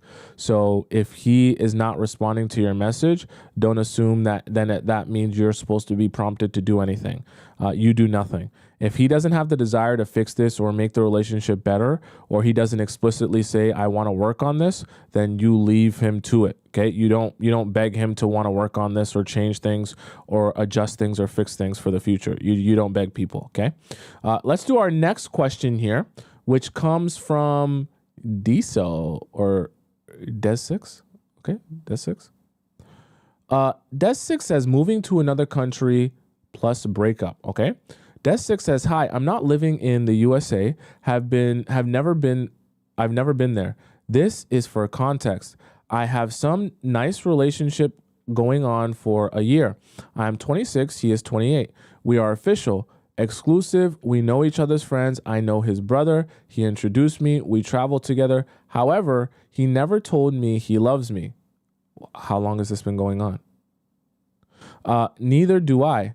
Because why should I do it first? But every time he commits with his actions and other words of affection, he never talked about a mutual future, marriage, living together, and etc. Just mentioned once that he wants kids. Month ago, my uncle, who lived in a different country, offered me a job in Luxembourg. It is a great opportunity for career growth because this country has a higher level of living quality than mine and etc. I want to move there. I'm working on practicing French, preparing my CV for a job, had not interviewed yet, so I'm not hired yet. I don't know if I'll have a successful transition yet. That's why I'm not telling him anything yet. To be honest, I don't want him to break up with me if I'll move. Well, that's not really your choice. I thought I can invite him to work there. That's that. Okay. Of course, he must find a job by himself. I'll just try to help a bit, but I'm not sure that he will come because he has no courage to change his current job, which he hates. He has no courage to learn what he really wants to do for his life. Despite it, is really easy to find work with that new profession. I don't want to carry him on my shoulders. I don't want him to suffer with a long distance relationship while he is trying to get to me. And also his cowardness, I think you meant to say. He's so much of a coward to change anything in his life. We call this like a soy boy. I don't want to suffer from drama, which most possible will be created by him victimizing himself. But I don't want to lose him and this nice relationship we have. What should I do? Okay, I'm going to give you a dose of reality. The situation that you are in, you do not get to choose if someone wants to stay with you or not, okay? There are things you can control, and then there are things that are outside of your control. If you have your mind and your heart set on moving to Luxembourg, as you said, right? You want to get a job in Luxembourg because it's a great opportunity for you, then you go ahead and you do that for you. You have to make decisions that are best for you first, and then you start looking about how they affect others, because your happiness is what matters at the end of the day. You also can't concern yourself with how he'll respond to a long distance relationship. Truthfully and honestly, you know him better than me, so you know how he's going to respond to this. And you already said, I don't want to break up with him if I'll move, because you're anticipating his response, right? The response to you getting a new job, essentially your relationship's going to be over. You know that deep down in your heart, which is why you're saying that. Nothing wrong with that. But what I want you to understand and I want you to take from that is, you know the answer here. Okay. And you know that you want to go and do something. You also have stated the many reasons why he's too much of a coward to actually make a change in his own life. He's not going to take chances. He's not going to take risks. He's not going to make a move. You know him even better than I do. So your question that you're asking, you actually have the answer to even more than me. And I say that to say, you're in a situation where you know what you need to be doing, and you also know that this guy is essentially going to hold you back from doing that. Now, your options are either keep this relationship and stay in the place that you're at where you don't really want to be in and you don't really think is best for your life and your career, or move to wherever you want to go in Luxembourg, get your job there, study your French, but understand it's going to come at the cost of this relationship. You seem like you're in a stage where you want to grow and go to higher heights. Nothing wrong with that. I advise that. Growth is amazing. But it seems like the guy that you're talking to is in a place in his life where he does not have the desire to grow. Even though he hates the position he's in, he would rather stay where he's at than make a change and take a leap of faith. It's one of the things that I hate about men who play video games, nothing against video games, but one of the things I hate about men who play video games is that a lot of them will be playing video games while actively acknowledging that there are things in their life that they are not satisfied with, not happy with, and they want to change. So guys will be like, oh, I want to make more money. I want to get rich. And then right after they say that, they'll get on the video game and play 2-3 hours of Call of Duty or NBA 2K instead of working on actually getting rich. So I say that to say, you're with one of those guys. You're with one of those guys who will complain about their situation, but not actually do anything about it. You're best served moving your life forward, because people like that will only hold you back in life and only hold you from fulfilling your own potential. And what's going to happen is, in order to stay with those type of people, you'll have to sacrifice your life and you'll have to sacrifice your happiness. And what's going to be even worse than that is when you make the choice to sacrifice your happiness for him so that he's okay and you can still be with him. And then when your relationship goes sour or it goes wrong and you miss your job opportunity or you miss out on the things you were supposed to do, and now you don't even have the relationship anymore, you will be so resentful. You'll have so much hate in your heart. You'll be so upset and you'll be so mad that you made this decision to be with him instead of for yourself. And now you're still left with nothing. Don't do it. Okay. And even if you end up with him, you'll begin resenting him for the fact that he held you back from doing what you wanted to do. So your best bet is to do what makes you happy, and whatever comes from that comes from that. If you guys break up because you guys can't do long distance, too bad, so sad. At least you made you happy. Okay? Because at the end of the day, your happiness is what matters first, because the only person that's, going to be affected if you're unhappy in life by the decisions you made is going to be you. Okay? Nobody else is going to feel that force and that emotion and that sadness if you don't do for you what's necessary more than you will. Okay? So that's the important thing. You have to make the decision for yourself. Let's do one more here in our chat. Bree says, is this a test? Okay. Bree says, hi, Tomisin. I'm 27 and I met a man who's 36 in my apartment complex. Okay. He asked me to be his girlfriend after a week. All right. Yep. It's stretch time. Okay. Wow. Wow. Okay. Wow. I think this is one of our records here. You met this guy in your apartment building, and now you're his girlfriend within 1 week. Wow. Wow. How does that work? Do you even know if he lives there? Are you even sure that he lives in that apartment building?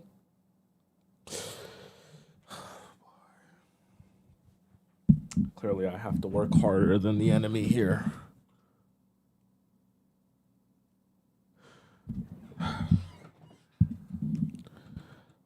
What are you doing though? Like, you Bree, are you that down bad? This is going to be a horrible message, I can tell. Which I found to be pretty fast, you think. But went along with it because I liked him and I knew how to leave if he takes a stupid pill.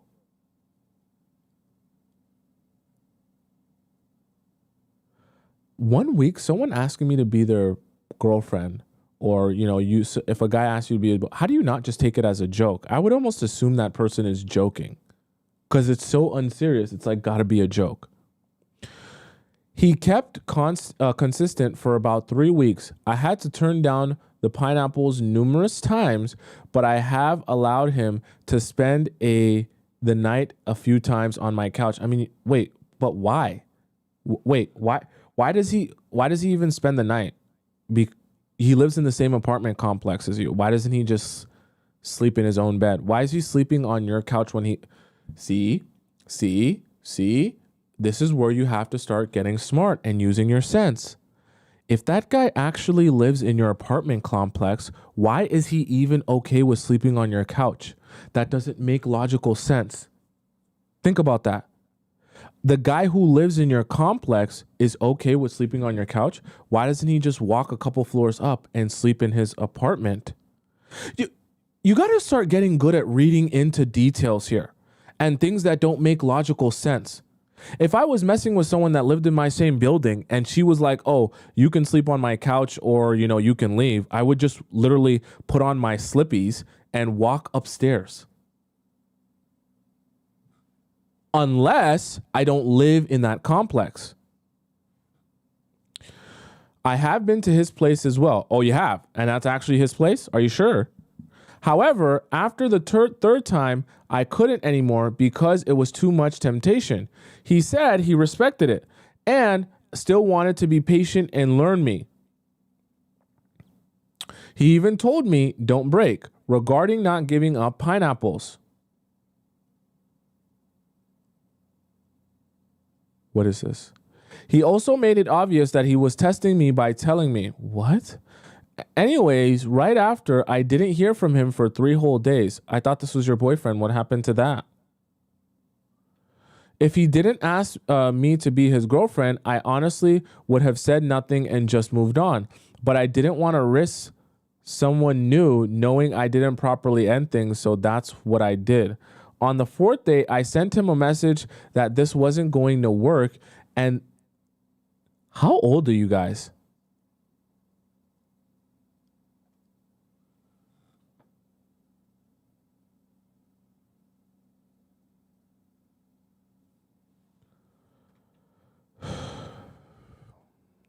On the fourth day, I sent him a message saying that this wasn't going to work and that I didn't want a man who was comfortable not talking to me for multiple days, and wished him the best.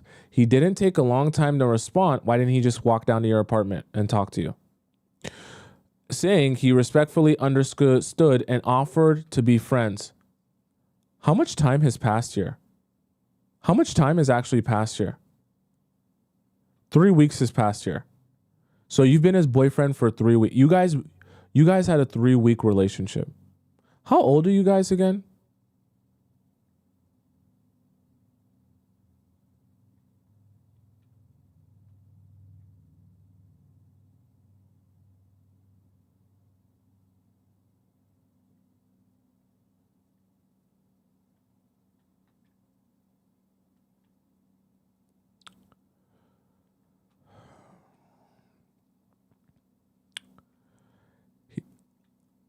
After a week, sorry, let me finish this sentence here. He didn't take a long time to respond, respectfully understood, and offered to be friends. I didn't respond.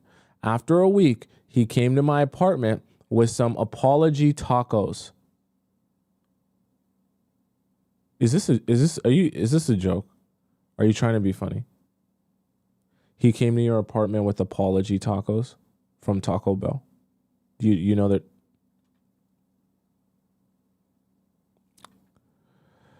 And said that there were no excuses for his behavior. I was very neutral during this interaction. Not overly excited nor upset, rather unbothered, which was genuine because there were no pineapples involved. He texted me saying the same day asking, "Do you miss me?" The same day he brought his watery tacos to your house. The tacos that are going to put you on the toilet that he brought to your house from Taco Bell. He's asking you afterwards, "Do you miss me?" After bringing 99-cent tacos, soft shell tacos to your house with 24-day-old meat in it. I said, of course, but I'm not going to accept less than I deserve. He responded again with, "I feel you, no excuses." Is this, I feel like you're messing with me. I was like, okay, because I wasn't about to play into sadness over something he did intentionally.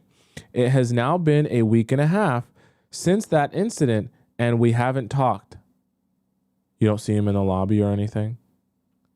Do you think this is a mind game, or could he be pulling away because he doesn't feel good enough? Feel good enough about what? Chad, how old do we actually think they are? Do we actually believe this is the age? I know you guys live alone, but Bree, I care about you and I love you, but what you're doing here is very misguided, and I want to help you, but I also need you to start helping yourself by by going about your relationships in a mature way. And